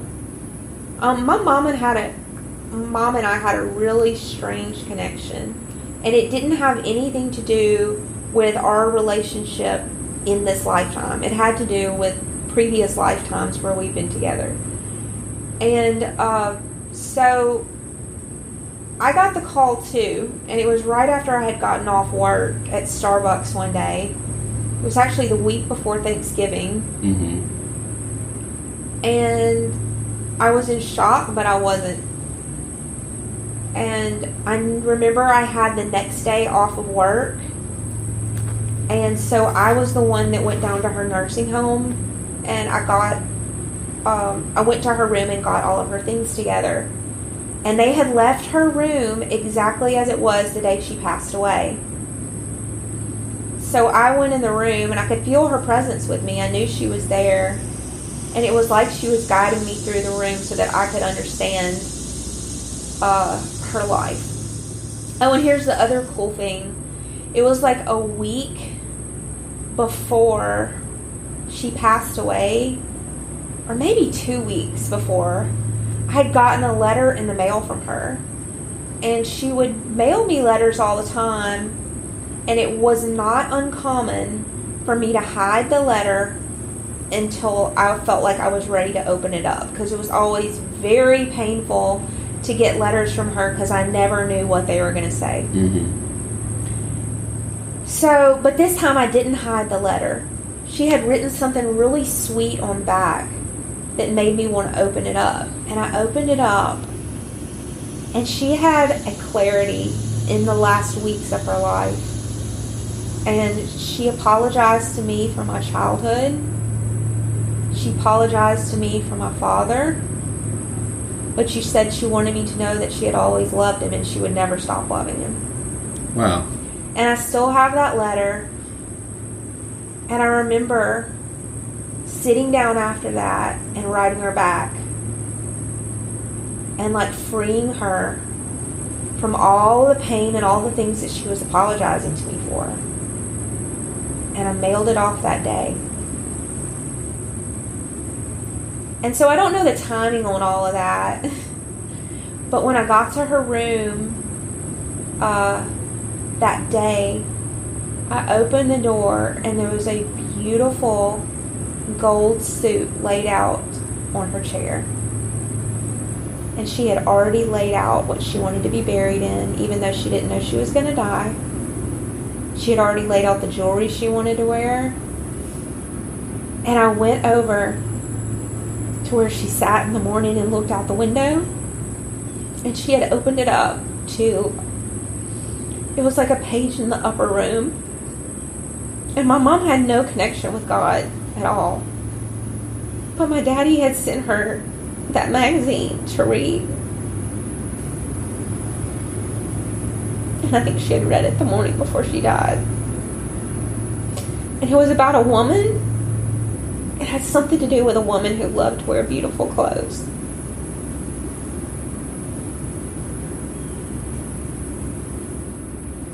And all of the closets in her room in the nursing home were full of new clothes with tags all over them.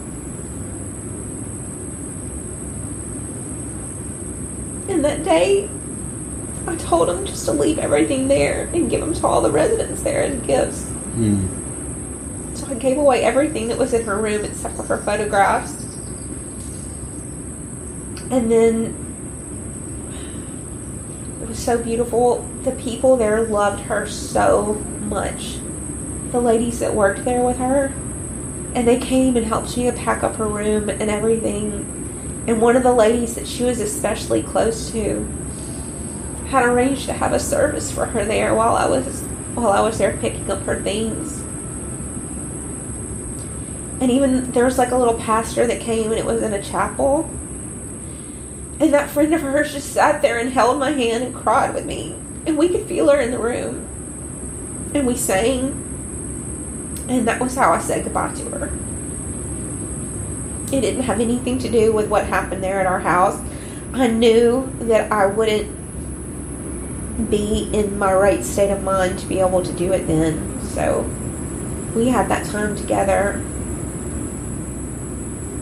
But the interesting thing about my mom is when she died, she did not go into the light. She decided to stay kind of in a holding place.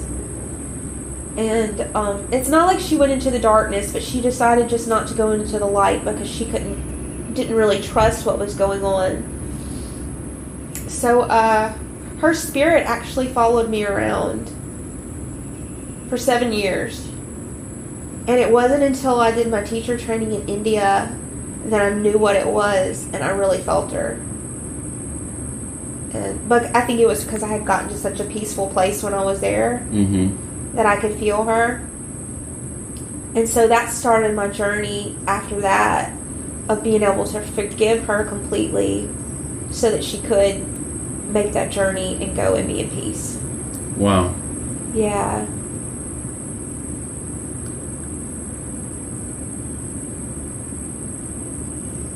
I have more. Okay. And you just tell me what you can handle. Okay. We never got specifically into the effect or how you grew following Papa's death. You mentioned you felt orphaned. Yeah.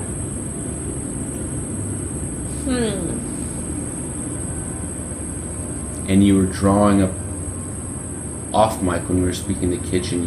You were drawing an analogy to I believe a painting that got crumbled. Okay, yes. So, yeah, the best way to say that is, well, I was saying that the whole picture started to crumble. Okay, yeah. Yeah, that's what it was. The picture had started to crumble. Mimi had created Mimi had created this beautiful picture and this beautiful illusion of that home and that family, and she held it together.